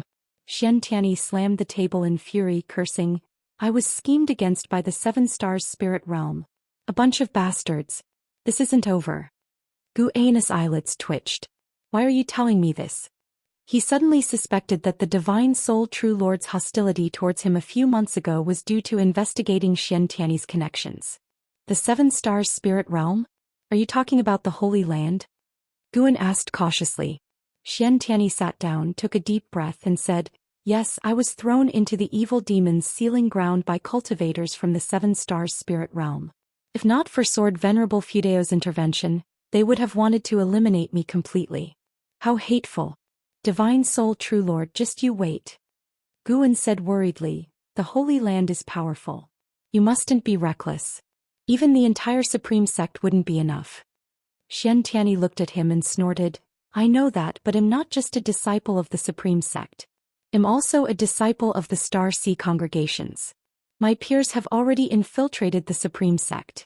Am planning to head south and inform my master about this.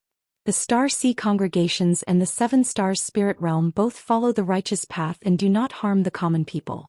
I will ensure the Seven Stars Spirit Realm doesn't have it easy. How bold. You have a backer and you didn't say so earlier? Forcing me to take risks. Guan complained inwardly, feeling helpless. Xianxia, seeing through his thoughts, said with a hint of regret, "After all, it is the Seven Stars Spirit Realm. Without a legitimate reason, the Star Sea congregations would not act. I don't have that kind of influence, but if I had evidence it would be different. Anyway, the Seven Star Spirit Realm won't have a good time coming." Guan cautioned him, "Though I don't know how powerful the Star Sea congregations are, be careful. The journey south is long. If anything happens on the way..." He didn't finish his sentence, but Xianxia understood. "No worries. I will be accompanied by other disciples of the Star Sea congregations, and there will be Immortal Path seniors overseeing from abroad. The Seven Star Spirit Realm won't dare to act rashly." Xianxia reassured him. Guan felt relieved. Xianxia then said, "You focus on your cultivation. Someday it'll take you into the Star Sea congregations. You might gain immortal destiny." Guan shook his head. "Forget it. The ocean is a place for the high and mighty. As a mere mortal, I'll stay in the Supreme Sect. I don't want to be a burden." Xianxia tried to persuade him further but was diverted by Guan, who asked him when he would return. Xianxia said it depended on the situation, ranging from a few years to several decades. But he would definitely return, as his next goal was to help develop the Supreme Sect. Although he was angry, he saw this as an opportunity. If the Star Sea congregations pressured the Seven Stars Spirit Realm, the Supreme Sect could develop.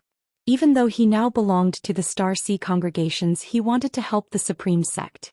In any case, he believed that no matter how the Supreme Sect developed, it could never catch up to the Star Sea congregations. Chapter 210. Journey to the West emerges. Shocking the world. Guan chatted with Xianxia for a full 2 ancient hours. Before leaving, Guan even gave him half a set of Journey to the West. So many years had passed, he had already written Journey to the West, but he wanted to release it later and kept refining his calligraphy, so he had rewritten Journey to the West many times. The reason for giving Xianxia only half was because he was afraid Xianxia might leak it. Always leave some suspense. After Xianxia left, Guan followed downstairs and rode the Blood Prison Great Saint to the Mystic Valley. Yilong was waiting for him in the pavilion. He dismounted from the Blood Prison Great Saint's back and leisurely went upstairs. When the two met, they exchanged pleasantries. Over the past year, Yilong had been very busy and could only come to see him during the spring festival. "Senior brother, you are turning 100 this year. How about a celebration?" Yilong asked with a smile. Guan shook his head and said, "Why would a cultivator celebrate a big birthday? No need, I don't like trouble." Yilong nodded and didn't press further. He just mentioned it casually. After all, 100 years was an important milestone. They started chatting. Yilong didn't have any special reason to see Guan, she just missed him. They talked about everything from the Supreme Sect to the immortal cultivation world and even about the common folk. Most of the time Yilong did the talking and Guan chimed in. A long time passed. Guan was concerned about her primordial reincarnation skill. Yilong said that she practiced it daily. Although her cultivation level hadn't increased, she could feel the accumulation of the primordial reincarnation skill. Guan took out a large number of prepared supreme-grade elixirs for her, telling her to take them promptly. In 20 years she would need to unseal the primordial reincarnation skill. By then it was unknown how much her maximum lifespan would increase. Faced with Guan's gifts and arrangements, Yilong did not refuse and instead showed a happy smile. Seeing her smile, Guan couldn't help but shiver. "Junior sister, don't misunderstand, I will always be your senior brother," Guan said seriously. Yilong nodded with a smile. She stood up, walked to Guan's side and placed her hands on his shoulders. It had always been him who patted others' shoulders. Only his junior sister could pat his. Well, she was his junior sister after all. "Sit down, no hands on." "Oh, senior brother, I won't do anything inappropriate just like last time." "You dare mention last time? What's wrong with a little touch? I promise I won't go further." "Don't speak such bold words, sit down, I have something to tell you." "Say it, I'll just stand by your side." 3 days later, Guan rode the Blood Prison Great Saint to the Outer Gate City. He made his way to the book collection hall. The great elder of the book collection hall, Feng Shang, personally received Guan. After they were seated, Feng Shang asked with a smile, "Shattering the Void is finished. Do you have a new book in mind?" Though Shattering the Void's reputation wasn't as great as Investiture of the Gods, it made a lot of money, benefiting not only him but the entire Outer Gate City as well. Their Outer Gate City had become the top among the 8 Outer Gate cities, with Sword Venerable Fudao in martial and Pan and in literature. Every time he read Investiture of the Gods, Feng Shang felt Guan resembled Sword Venerable Fudao. But thinking that Guan was not yet 100 years old, he found his speculation absurd. Though perhaps Panin was somehow related to Sword Venerable Fudao, maybe this was why Panin refused to write about Sword Venerable Fudao, fearing people might discover the connection. Guan took out 5 books from his storage bag, which were the first half of Journey to the West. Feng Shang picked up the topmost book and seeing the cover he couldn't help but read aloud, "Journey to the West?" The name sounded ordinary. He was a bit disappointed, but considering Pan N's fame, even an ordinary book would earn spirit stones. He began to read and after a few moments his expression changed slightly. He straightened his back and read more intently. As time went on, his right hand began to tremble. When he read about Sun Wukong causing havoc in the Heavenly Palace, he couldn't help but slap his thigh in excitement. Guan shook his head and laughed. He stood up and said, "The books are yours. Leave the rest to you." Having worked with the book collection hall for so many years, he naturally didn't worry about them deceiving him. Upon hearing this, Feng Shang quickly stood up, excitedly saying, "Journey to the West will definitely be a hit. This is a divine book comparable to Investiture of the Gods. No, it's even better than Investiture of the Gods." Journey to the West had a stronger narrative ability and the plot was highly engaging. Watching Sun Wukong's birth, his struggle for kingship and his journey to the sea to seek immortality, he felt it resonated well with the cultivators in the immortal cultivation world. Furthermore, when the heavenly court appointed Sun Wukong as the horse's fortune, and he endured humiliation in heaven, he couldn't help but anticipate Sun Wukong's rebellion. He hadn't expected Sun Wukong to actually cause havoc in the heavenly palace. It was truly powerful. Feng Shang genuinely admired Guan, who could think of anything. Moreover, the spells, dharma treasures and powers in Journey to the West felt real, as he had heard similar legends before. There were stories of a dragon palace under the sea, immortals in the heavens and sages overseas among others. Guan smiled at him and without saying much, turned and left. Feng Shang watched Guan walk out the door with sunlight shining on him, feeling dazed. Truly an immortal.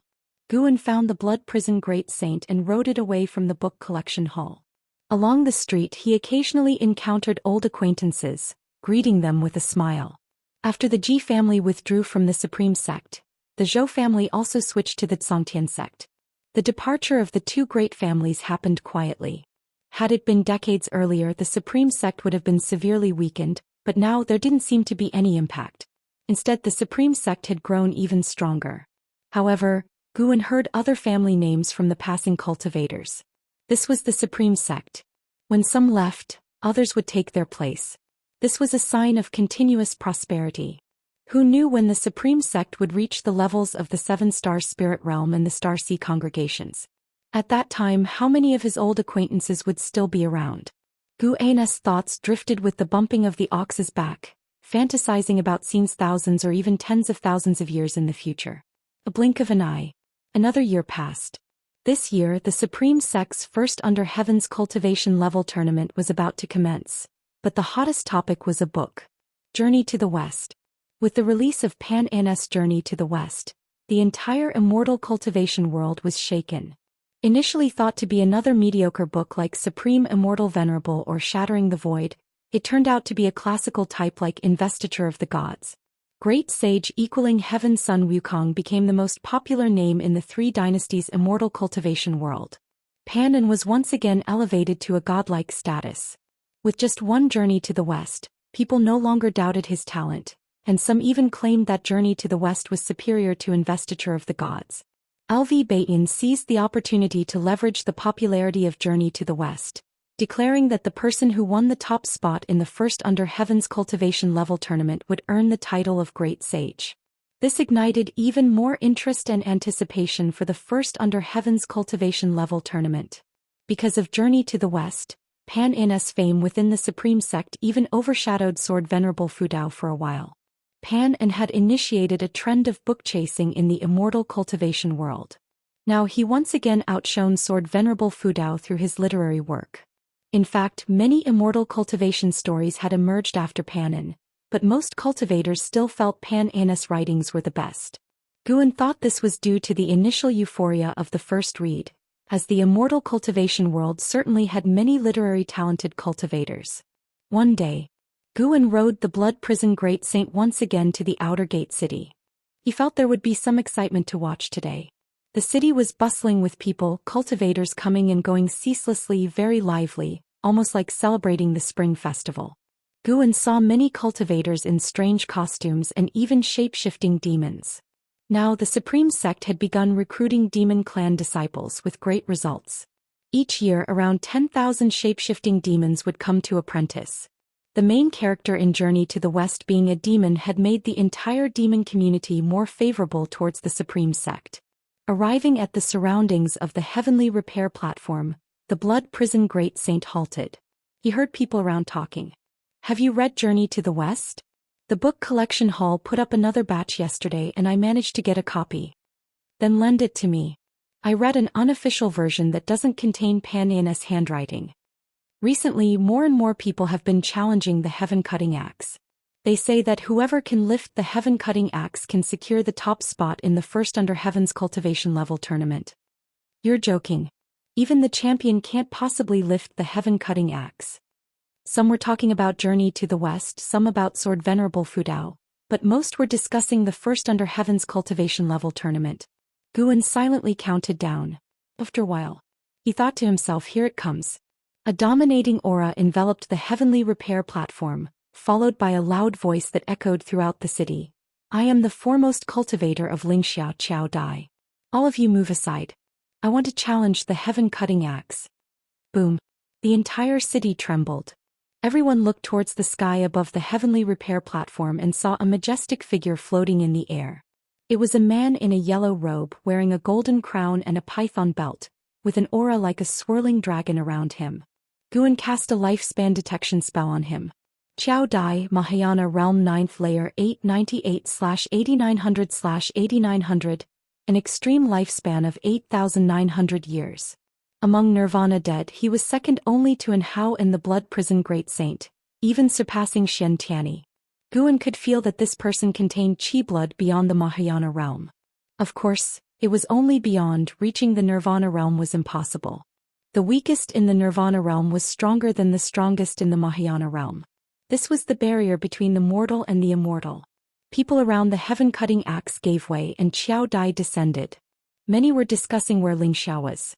Guan knew about Xianxia. It was the dynasty in the far north of the continent, created by the Seven Stars Spirit Realm.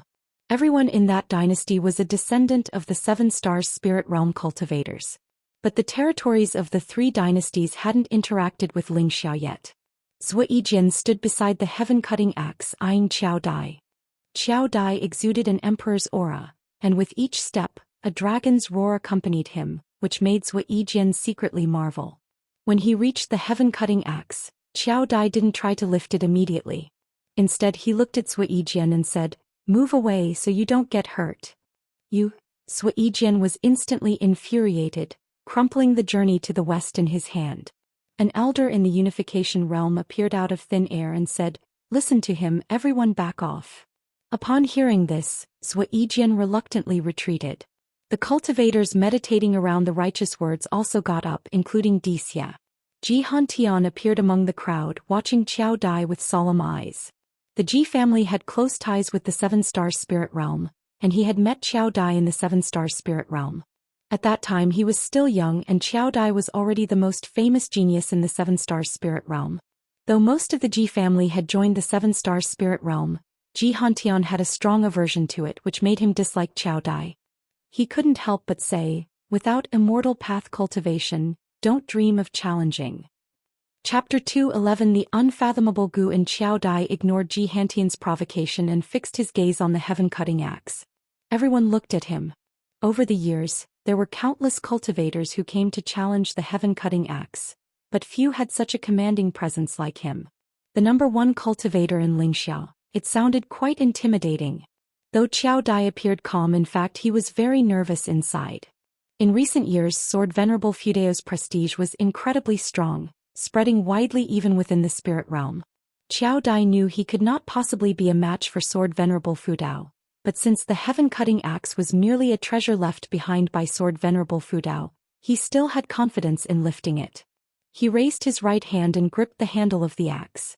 At the moment he grasped it, he felt an unprecedented heaviness. His brows furrowed and he immediately began to exert force. Rumble, the heavenly repair platform quaked and everyone watched him nervously. No matter which sect they were from, the cultivators on the platform did not want him to lift it. The disciples of the Supreme Sect cared about face, while disciples from other sects cared about opportunity. Who wouldn't want to become the heir of Sword Venerable Fudao? To this day, Sword Venerable Fudao had become a figure of worship for all sects under 3 dynasties. Under Guan, the Blood Prison Great Saint secretly marveled. He too wanted to try lifting the heaven-cutting axe.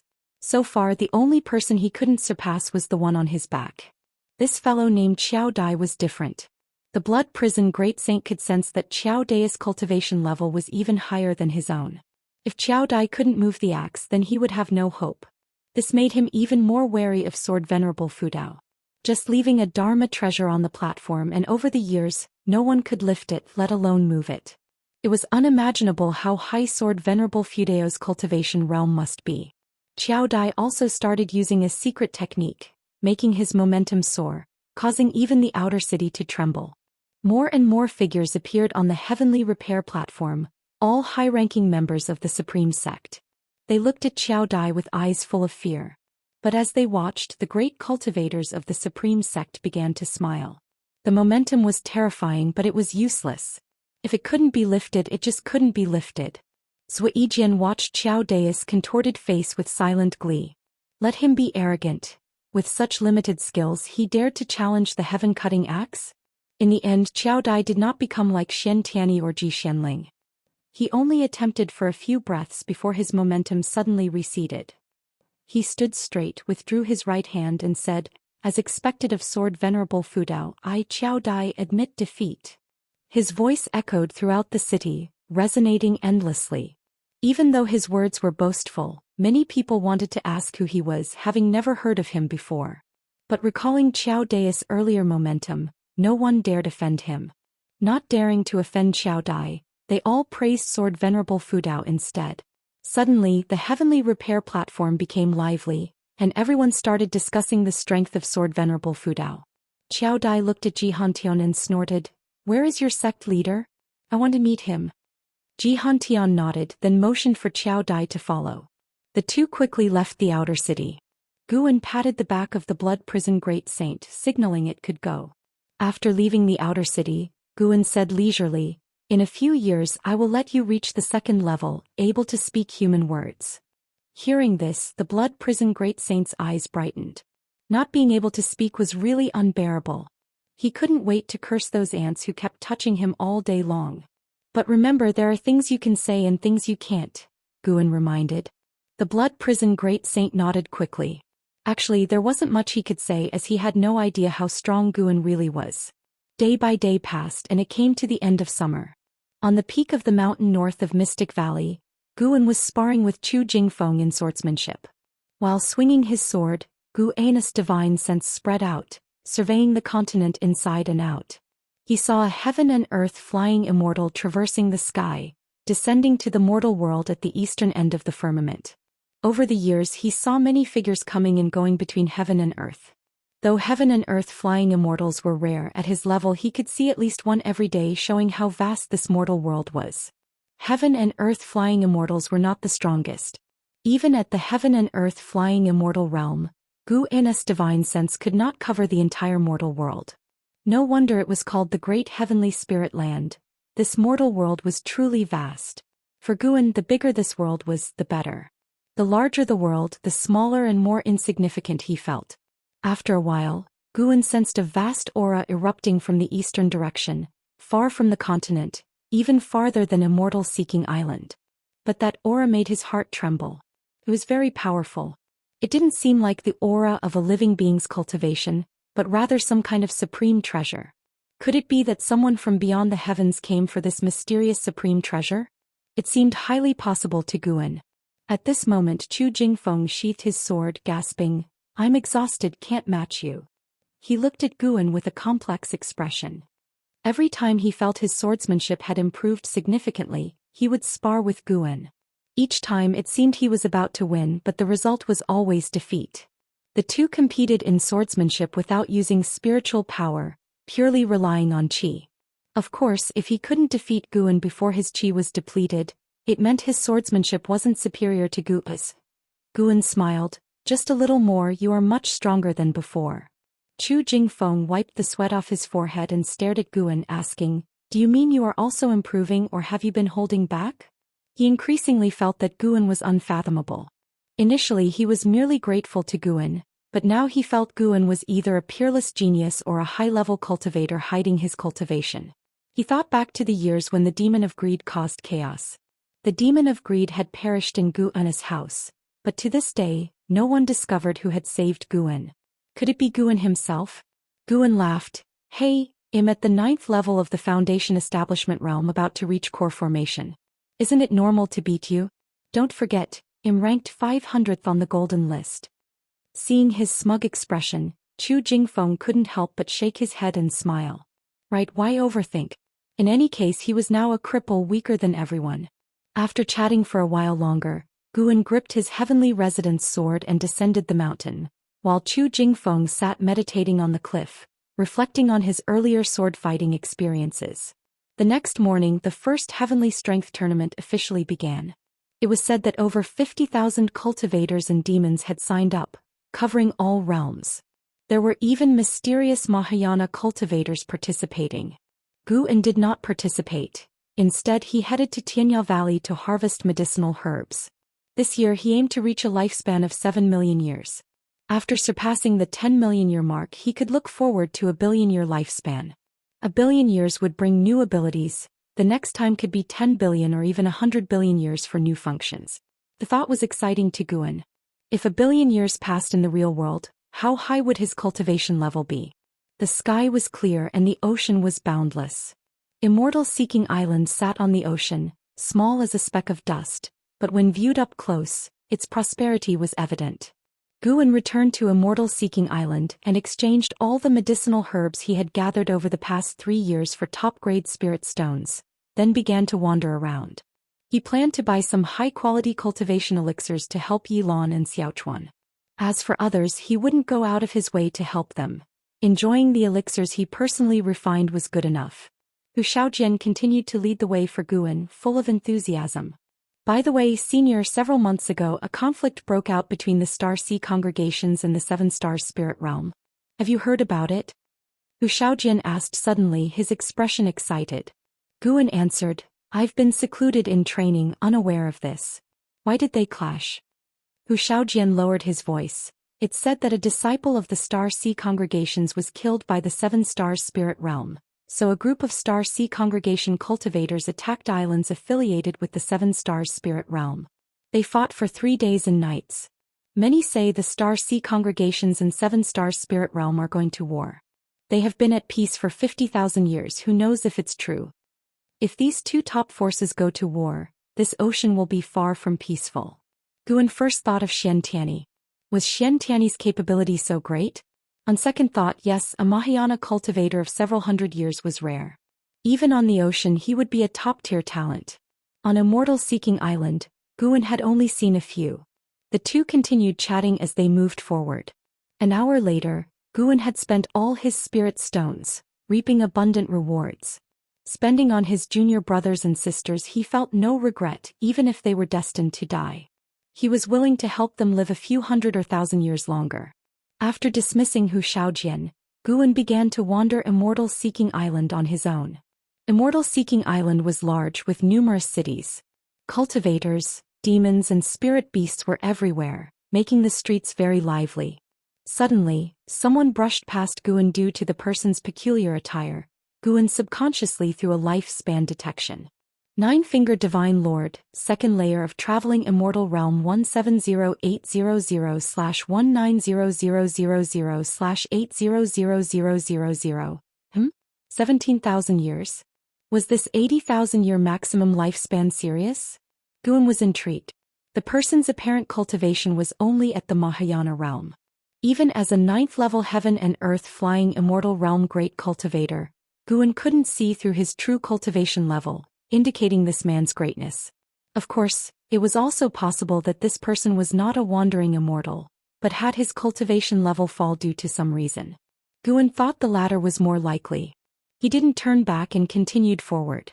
However, the Nine-Fingered Divine Lord stopped. He wore a black outfit like a wanderer. His clothes were not fancy, somewhat old, with a bamboo hat and a large wooden box on his back. He looked back, frowning under his hat, eyes filled with confusion. Was it a misperception? The Nine-Fingered Divine Lord felt someone watching him earlier but saw no one when he looked back. The strongest on this street was just a loose immortal. He retracted his gaze and continued on his way. 30 minutes later, he arrived at a residence and met a man in a purple robe in the courtyard.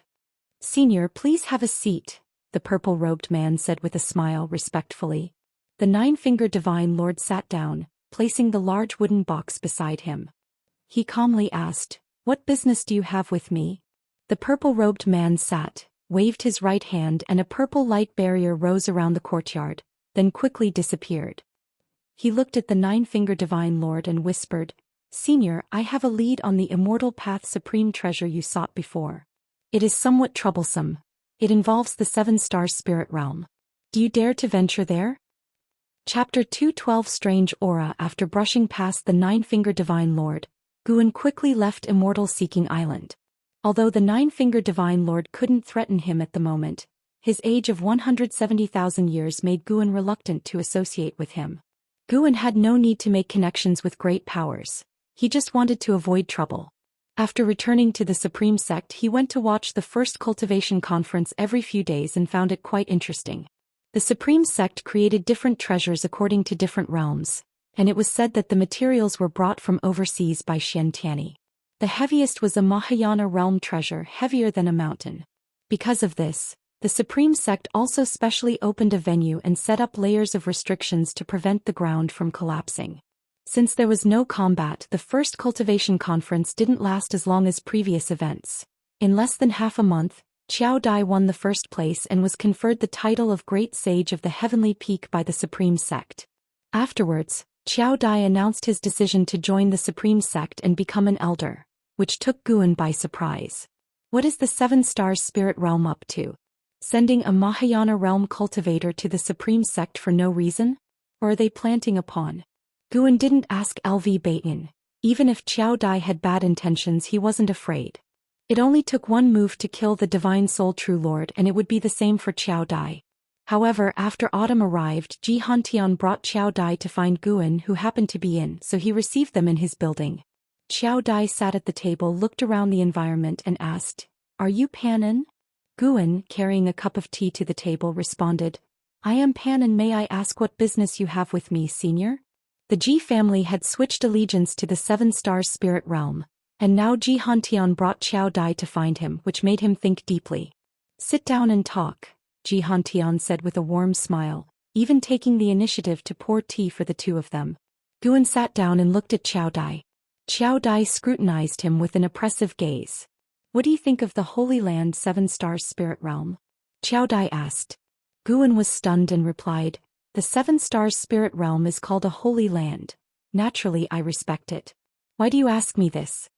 Qiao Dai said, "Is Master Beauty from the Oblique Moon 3 Stars Cave in your writing meant to pay homage to the 7-star spirit realm?" Master Beauty was the teacher of Sun Wukong, the protagonist of Journey to the West. Ever since Journey to the West became a hit, Master Beauty was often mentioned. Some even firmly believed that the Oblique Moon 3 Stars Cave, the spirit platform and Square Inch Hill truly existed. Guan nodded.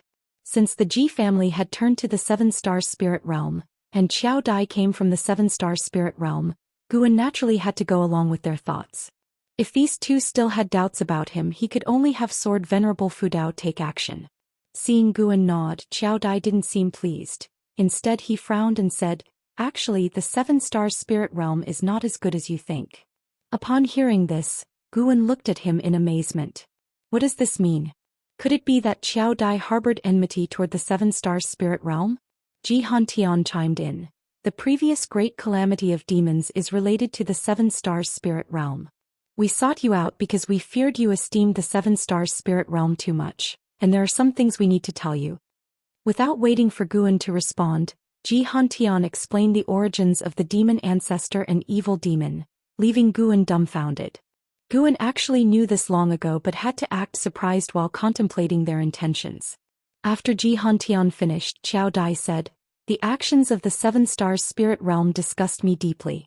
Ever since I embarked on the immortal cultivation path, I wanted to be an immortal who saves the world.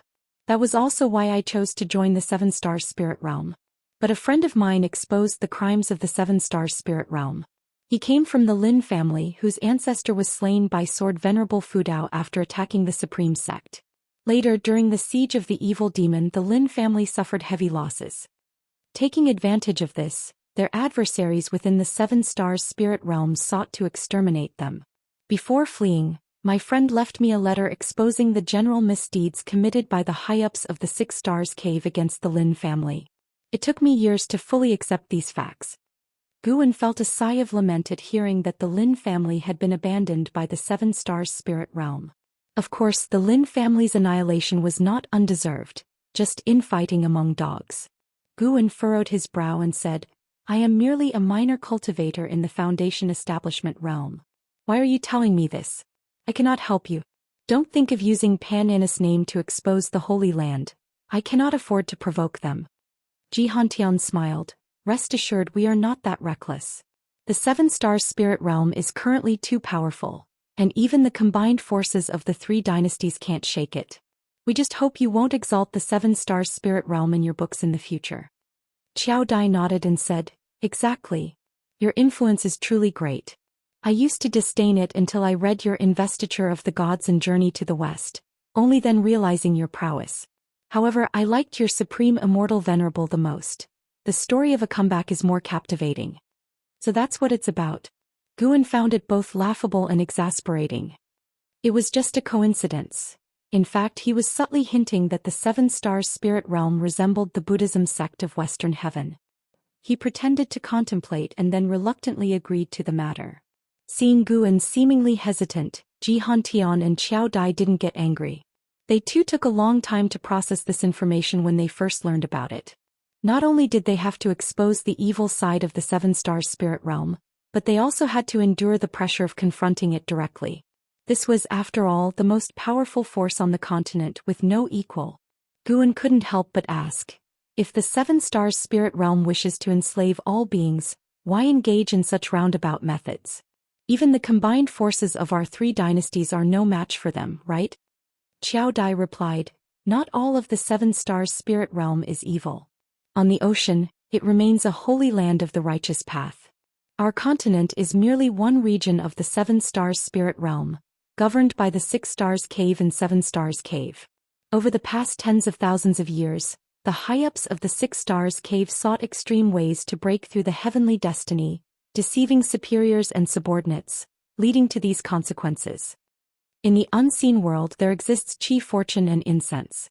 If the beings of the continent detest the 7-star spirit realm, the other star caves would surely notice.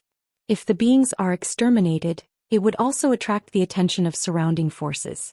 Fire can't be wrapped in paper, and most cultivators within the 7-star spirit realm are unaware of this, considering themselves disciples of the righteous path. Once again, it was the parasites within the righteous path committing atrocities, but the parasites of the 7-star spirit realm were an existence that the beings of the continent couldn't contend with. Guan feigned a sudden realization, then asked a few more questions, even mentioning the Ephemera sect. The reason the Ephemera sect managed to come through the 9 Nether Road was due to the connection between its hierarch Butcher Immortal Jing and an elder in the 6 Stars Cave. The interwoven interests between the two were immeasurable. It seemed like they were allowing the Ephemera sect to wreak havoc, but in reality, that elder wanted to devour the essence of the origin tree of Ephemera. Once the 3 dynasties' cultivators sacrificed to the origin tree, the elder would strike, not only reaping benefits but also gaining a good reputation. The continent where the ephemera sect resided was also a subsidiary of the Seven Stars spirit realm, extremely distant from here, so far that the cultivators of the ephemera sect had to rely on the Nine Nether Road. Without Mahayana realm cultivation they would surely die en route through the ocean. The three continued their conversation for an hour. Before leaving, Xianxia urged Guan not to spread this matter. With the current strength of the supreme sect, it was completely inadequate to contend against the Seven Stars spirit realm, so they had to endure. Guan rose to see them off. Watching Xianxia's departing figure, he very much wanted to ask about the Ji family's true stance towards the Seven Stars spirit realm. Currently, there were very few members of the Ji family in the supreme sect, practically just Xianxia's lineage. Speaking of which, when the evil demon broke free, Ji Xiaoyu gave Guan a jade pendant to temporarily keep. It recorded the crimes of the Seven Stars spirit realm, and after so many years, Ji Xiaoyu had yet to come to reclaim it. Using his divine sense, he noticed Ji Xiaoyu heading towards the Tianwei dynasty, moving towards the Eastern Ocean. What was this? Running away from marriage? Xianxian and Qiao Daoist visit did not affect Guan's life. In the following days he visited the outer gate city more and more frequently. During the winter season with heavy snow falling. In front of the law enforcement hall's gate in the outer gate city, Guan and Yilan stood before a statue. After taking the elixirs from Guan, Yilan said helplessly, "This is too much. Senior brother, don't you cultivate? Are you spending all day making elixirs for me?" Guan patted the snow off her shoulder and laughed softly. "Don't worry. What I gave you is only a small part. The majority I consumed myself.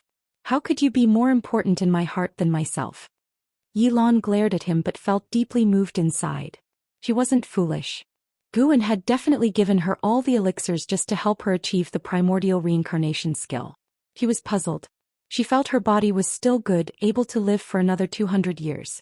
Why was her senior brother so insistent on her achieving it in the next 20 years? Did her senior brother think she could only live for 120 or 30 years? She didn't ask much as she chose to trust her senior brother. The two started talking about Jinqin. For a long time, Guan bid farewell to Yilan and turned to leave.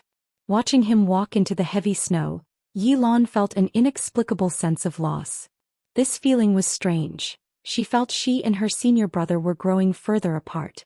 After leaving the law enforcement hall, Guan began wandering the streets. Although the winter snow was heavy, some streets remained bustling. Arriving in the busy market area, a young disciple approached him and whispered, "The long-lost Supreme Secret Records want to buy? The kind with illustrations." Guan gave him a look of disdain, bypassed him and continued on his way.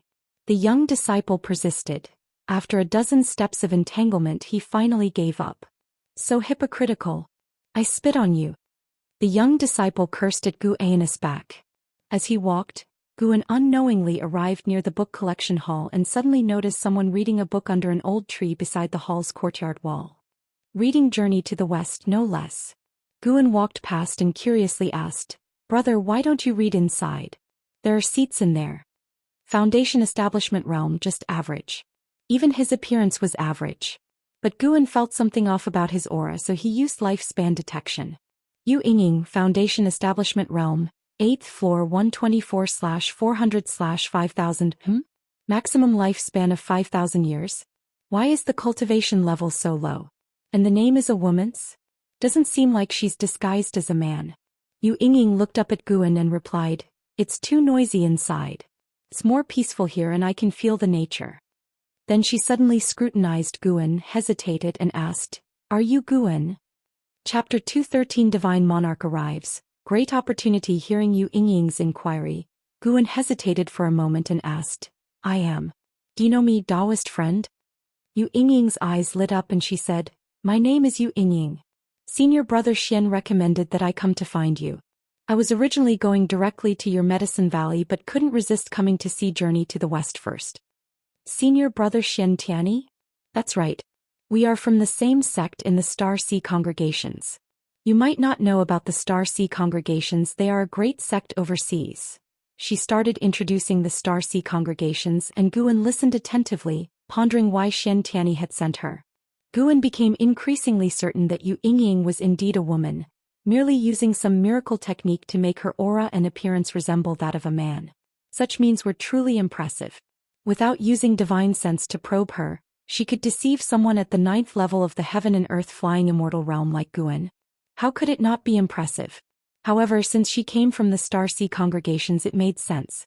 The Star Sea congregations had a long history and had certainly produced heaven and earth flying immortals, possessing miracle techniques and divine skills that could deceive the senses of such beings.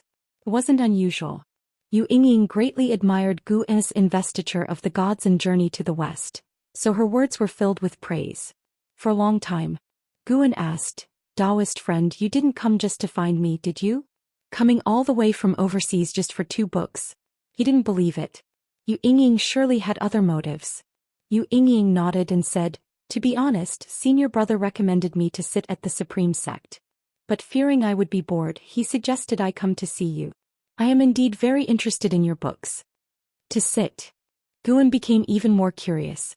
Yu Yingying said, "Senior brother fears that the 7 Stars spirit realm might attack the Supreme Sect. With me around, they would at least not dare to act rashly." So impressive? This Foundation Establishment Realm's 6th layer cultivator seemed to have a significant background. What background could intimidate the 6 Stars cave? Guan pondered while inquiring further, but Yu Yingying didn't want to say more. Later, Guan invited her to the 3rd Medicine Valley, but she refused politely, saying she had already rented a residence in the outer sect and would visit him if she felt bored. Guan was just being polite. Since she refused, he naturally wouldn't insist.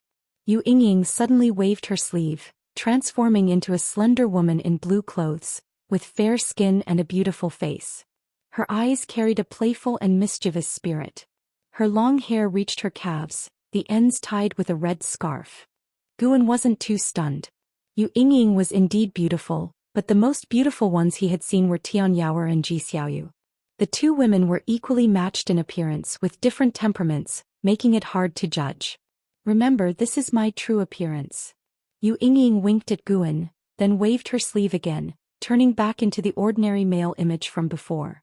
Guan feigned a shocked expression, greatly satisfying Yu Yingying's vanity. After leaving her residence address, she turned and left. After she had gone far, Guan finally smiled. Hopefully, this woman could truly become the trump card of the Supreme Sect. 5 years swiftly passed by.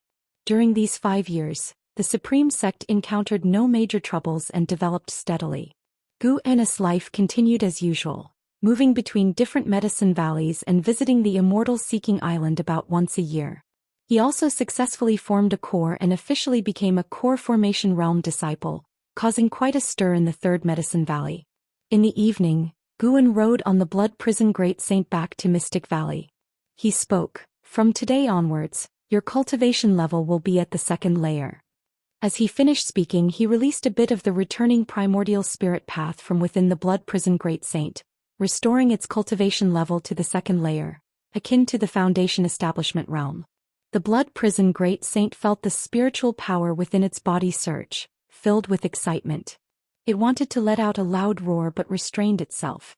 "Thank you, Master," the Blood Prison Great Saint said respectfully, its voice somewhat hoarse. It had been holding back for too long. Guan, sitting on its back, continued to offer instructions, which the beast listened to intently, fearing to offend Guan in the future. Once Guan finished, he placed his hand on the ox head of the Blood Prison Great Saint, imparting the primordial reincarnation skill to it. The Blood Prison Great Saint's eyes instantly turned vacant, its body halting. Guan wasn't in a hurry, beginning to admire the surrounding scenery. This was a sparse woodland located on a ridge, with views of other majestic mountains in the distance when turning one's head. Guan suddenly noticed a powerful aura approaching the Supreme Sect. Wasn't this the 9-fingered Divine Lord he had encountered before on the Immortal Seeking Island? Guan was curious. The Divine Lord's limit of 80,000 years of lifespan had left a deep impression on him. Why would such a powerful figure come to this backward continent? Compared to the surrounding sea areas and continents, the continent where the Supreme Sect was located was indeed backward, naturally due to the 7 Stars spirit realm. Every 10,000 years, they would instigate a major demonic calamity. How could the human race on this continent ever prosper? After the demonic calamity ended, the Seven Stars spirit realm was quite restrained, causing no further troubles but sending more disciples down the mountain to establish more connections with the secular world. Because of this, the Seven Stars spirit realm remained highly regarded in the immortal cultivation world, with many sects hoping to establish friendly relations with them. Guan silently pondered. After a long time, the blood prison great saint finally awakened, exclaiming excitedly, "What a domineering cultivation technique! Master, if I cultivate this technique for 1,000 years, can I ascend into the realm of immortal path in one leap?" It was willing to be Guan's steed for 1,000 years, with its cultivation sealed. It was perfectly suited to cultivate the primordial reincarnation skill during this time. That depends on whether you put in the effort. Guan replied with a smile. The blood prison great saint wanted to say more, but Guan patted its head, transmitting a message that someone was approaching, causing it to shut up immediately. "Let's continue on our way," Guan said. The blood prison great saint immediately resumed walking. The mountain path wasn't too steep, with the surrounding flowers and birds making the journey refreshing. Just as they exited the forest, a figure approached from ahead. It was the Nine-Finger Divine Lord, still wearing a straw hat and looking travel-worn. He came before the blood prison great saint and asked, "May I ask if you are a disciple of the Supreme Sect, brother?" The blood prison great saint stopped, scrutinizing the man but unable to discern his depth. "I am Guan of the Supreme Sect. May I ask what brings you to our sect, Daoist friend?" Guan raised his hand in greeting, smiling as he asked. The Nine-Finger Divine Lord had sought out Guan because he observed that among the local cultivators, Guan had the highest cultivation level, thus most likely belonged to the Supreme Sect.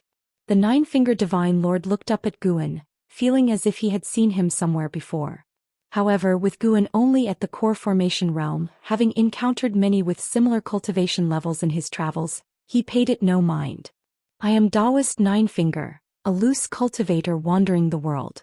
I've heard of the Supreme Sect's reputation and wish to join. May I ask if you could introduce me?" Guan naturally didn't refuse, agreeing readily and began leading the way. The blood prison great saint walked at a leisurely pace, and the Nine-Finger Divine Lord was in no hurry, using the time to learn more about the Supreme Sect from Guan. He asked many questions and Guan answered them all, his forthrightness furthering the Divine Lord's favorable impression of him. After a considerable time the two grew closer. "Daoist friend, could you tell me your cultivation level so that I can decide whether to take you to the outer sect or the inner sect?" Guan asked. The Nine-Finger Divine Lord had observed on his journey that to become a high-ranking member of the Supreme Sect, one needed at least an unification realm cultivation. "To be honest, I am at the 4th layer of the unification realm," Daoist Nine-Finger said hesitantly. "What? Unification realm?" Guan exclaimed, making the blood prison great saint want to roll its eyes. In the face of Guan's excitement, Daoist Nine-Finger remained calm, not relishing the sense of superiority since his real cultivation level was at the 2nd layer of the wandering immortal realm. Energy cultivation, foundation establishment, core formation, nascent soul, divinity transformation, void crossing, unification, mystic heart, Mahayana, nirvana, loose immortal, wandering immortal. Pretending to be at a lower realm, he was 4 major realms higher than Guan. In reality, he was 9 major realms higher than Guan. Along the way, Guan's curiosity grew, but his words didn't come across as obsequious, earning more respect from Daoist Nine-Finger. As evening approached, they arrived at Mystic Valley. Guan invited Daoist Nine-Finger to stay for the night, to which the latter had no objection. Upon entering Mystic Valley, a group of servant disciples greeted them warmly. Seeing these energy cultivation realm cultivators mingling closely with core formation realm Guan, the Nine-Finger Divine Lord noticed that Guan wasn't just respectful on the surface. He was also kind and non-arrogant towards those below him. Guan tasked Lu Jiujia with arranging accommodation for Daoist Nine-Finger before retiring to his room to rest. A while later, the Nine-Finger Divine Lord sat cross-legged on his bed, scanning the Supreme Sect with his divine sense. The strongest cultivator in the Supreme Sect was only at the Mahayana realm, posing no threat to him and offering little of interest. He even discovered the existence of the 8 scenic caves but paid it no mind. Everyone had secrets. Guan having a hidden cave was nothing notable, and the herbs within the 8 scenic caves did not attract him. Deep into the night. On the mountain top, Chu Jingfeng sat meditating, absorbing energy. What cultivation technique are you practicing? The nine-finger Divine Lord's voice suddenly came, startling Chu Jingfeng, who turned to look. An hour ago he had seen the nine-finger Divine Lord, who was addressed as senior by Guan. He quickly stood up, greeting him, a technique for absorbing energy not worth mentioning. The nine-finger Divine Lord scrutinized him and said, "Your natural talents are decent. It's a pity you haven't laid a solid foundation. The technique you're practicing can improve your aptitude, but its effects are limited." Hearing this, Chu Jingfeng felt both relieved and somewhat uncomfortable. Daring to belittle the Daoist expansion skill? The nine-finger Divine Lord continued, "I can help you rebuild your foundation and restore your cultivation. Will you become my named disciple?" Chu Jingfeng hesitated and asked, "May I know the senior's identity?" The nine-finger Divine Lord's eyes flashed with appreciation. "I am a loose cultivator from overseas. I met your Valley Master. Tomorrow I will join the Supreme Sect. I am an Unification Realm cultivator. According to your Valley Master, becoming an elder shouldn't be difficult." Unification Realm cultivator. Chu Jingfeng was stunned. To him, Unification Realm cultivators were exalted, unapproachable beings. He gritted his teeth and said, "I need to discuss this with the Valley Master. He took me in when I was in distress. I can't just leave." Talk to him tomorrow then." The nine-finger Divine Lord laughed, then turned and left. This foolish boy didn't realize he had encountered a great fortune. Chapter 214 Immortal Path Supreme Treasure. The next morning, Nine-Finger Divine Lord brought Chu Jingfeng to find Guan and expressed his intention to take him as a disciple. Guan was pleasantly surprised and hastily had Chu Jingfeng express his gratitude to Nine-Finger Divine Lord. This gesture deeply moved Chu Jingfeng. Upon hearing that Nine-Finger Divine Lord could help him restore his cultivation level, he felt tempted. However, given all that Guan had done for him over the years, he felt torn and unsure of how to decide. Nine-Finger Divine Lord also held Guan in higher regard. He could see that Guan was genuinely happy for Chu Jingfeng. This was indeed true. Although Guan was powerful in terms of knowledge and experience, he certainly couldn't match the 17,000-year-old Nine-Finger Divine Lord. If the Divine Lord sincerely cared for Chu Jingfeng, it would be a turning point in Chu Jingfeng's life. Subsequently, Guan directly instructed Chu Jingfeng to acknowledge Nine-Finger Divine Lord as his master, making the atmosphere very harmonious. An hour later they used the teleportation array to reach the third Medicine Valley and then flew to the Intersect City. Nine-Finger Divine Lord had long known of the third Medicine Valley but had not expected it to belong to Guan as well. It wasn't until noon that Guan returned alone to the third Medicine Valley, while Nine-Finger Divine Lord and Chu Jingfeng prepared to stay in the Intersect City. Though the true intentions of Nine-Finger Divine Lord remained unclear, the addition of a wandering immortal was a good thing for the Supreme Sect. If Nine-Finger Divine Lord caused trouble, Guan could always intervene. Is the fortune of the Supreme Sect rising? Guan sat in his chair, silently pondering.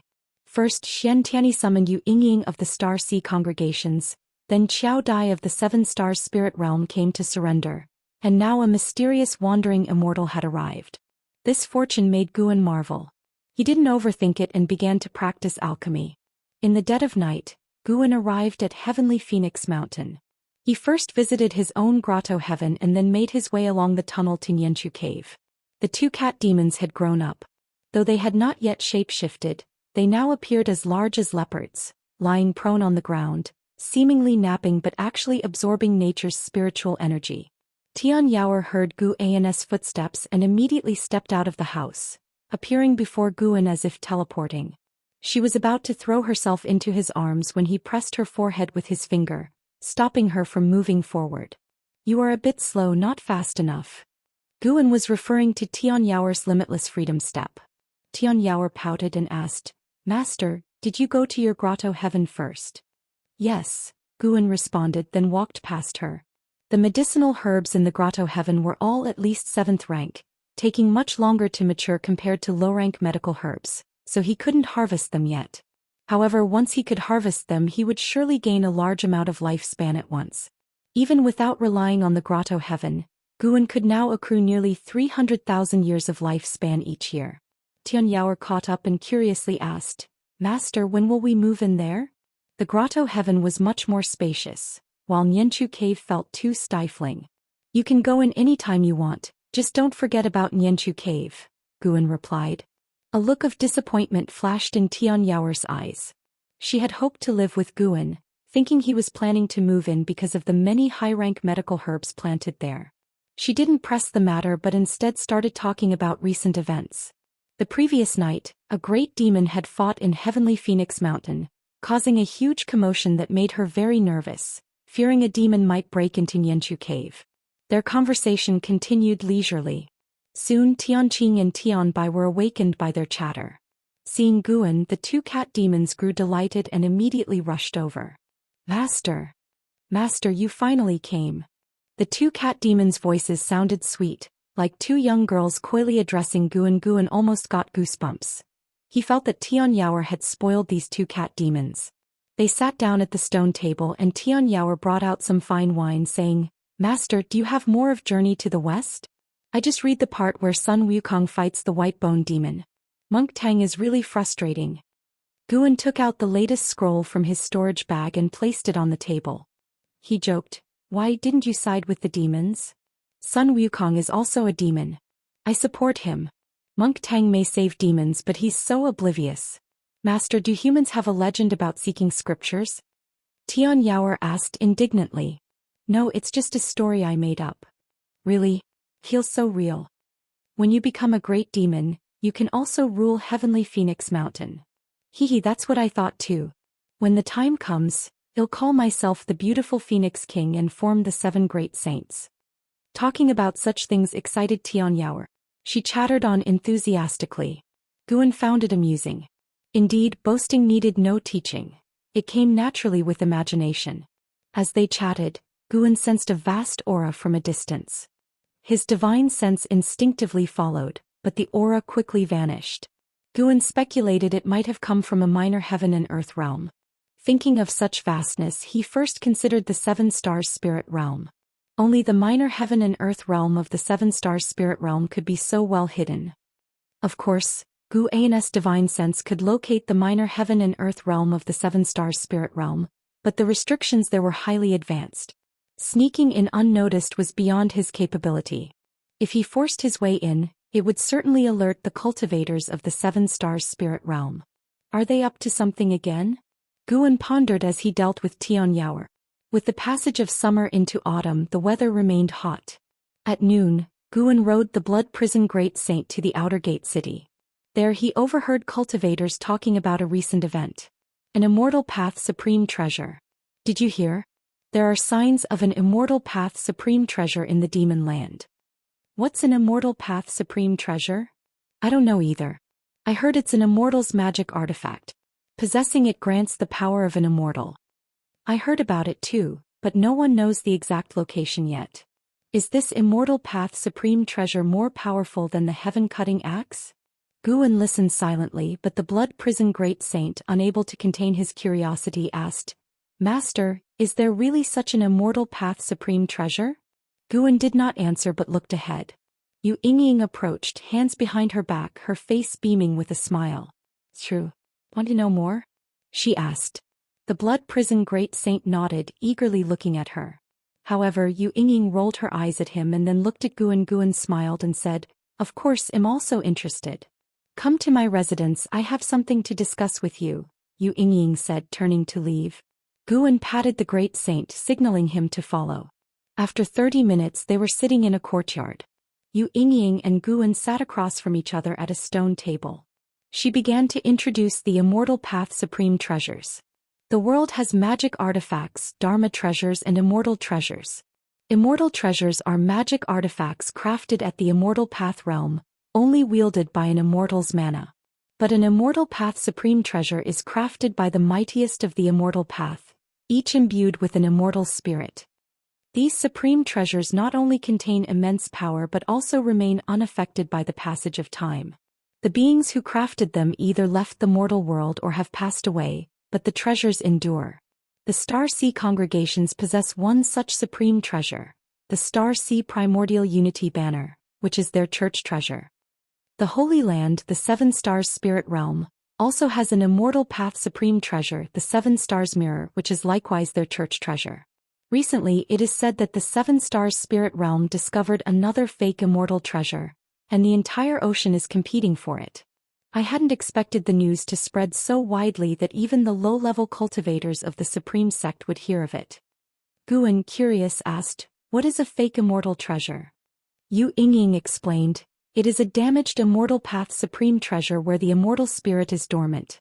Though still possessing great power, it pales in comparison to a complete supreme treasure." Guan suddenly suspected that Nine-Finger Divine Lord had come to the Supreme Sect for this fake immortal treasure. Normally not engaged in combat, Guan wasn't particularly interested in immortal path supreme treasures. He placed more trust in his own mana. Yu Yingying continued to describe other immortal path supreme treasures, each a legendary artifact, claiming that those who obtained them could achieve the immortal path, boasting extravagantly. The Blood Prison Great Saint lay nearby, listening intently with a look of longing in his eyes. As Guan listened, he spread his divine sense over the continent, noticing that from all directions, cultivators and demons were arriving from overseas, including several beings at the Immortal Path realm. He identified 3 wandering immortals and over a dozen Nirvana realm beings making their way here.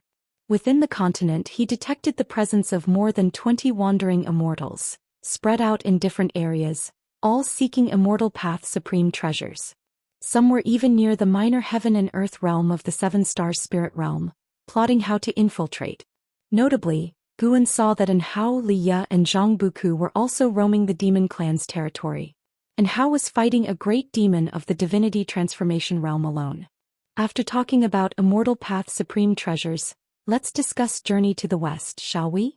Yu Yingying suddenly said, her eyes glowing as she looked at Guan. She usually loved reading all kinds of miscellaneous books, especially stories, which was why she got along well with Xiantiani. Ever since Xiantiani gave her investiture of the gods, she had been fascinated by Pan and, "What do you want to discuss?" Guan asked. Yu Yingying immediately asked a series of questions, such as whether investiture of the gods and Journey to the West were connected, how many years apart they were, and on which continent the stories took place. She was even curious about how Guan came up with these 2 remarkable books. Guan answered her questions one by one.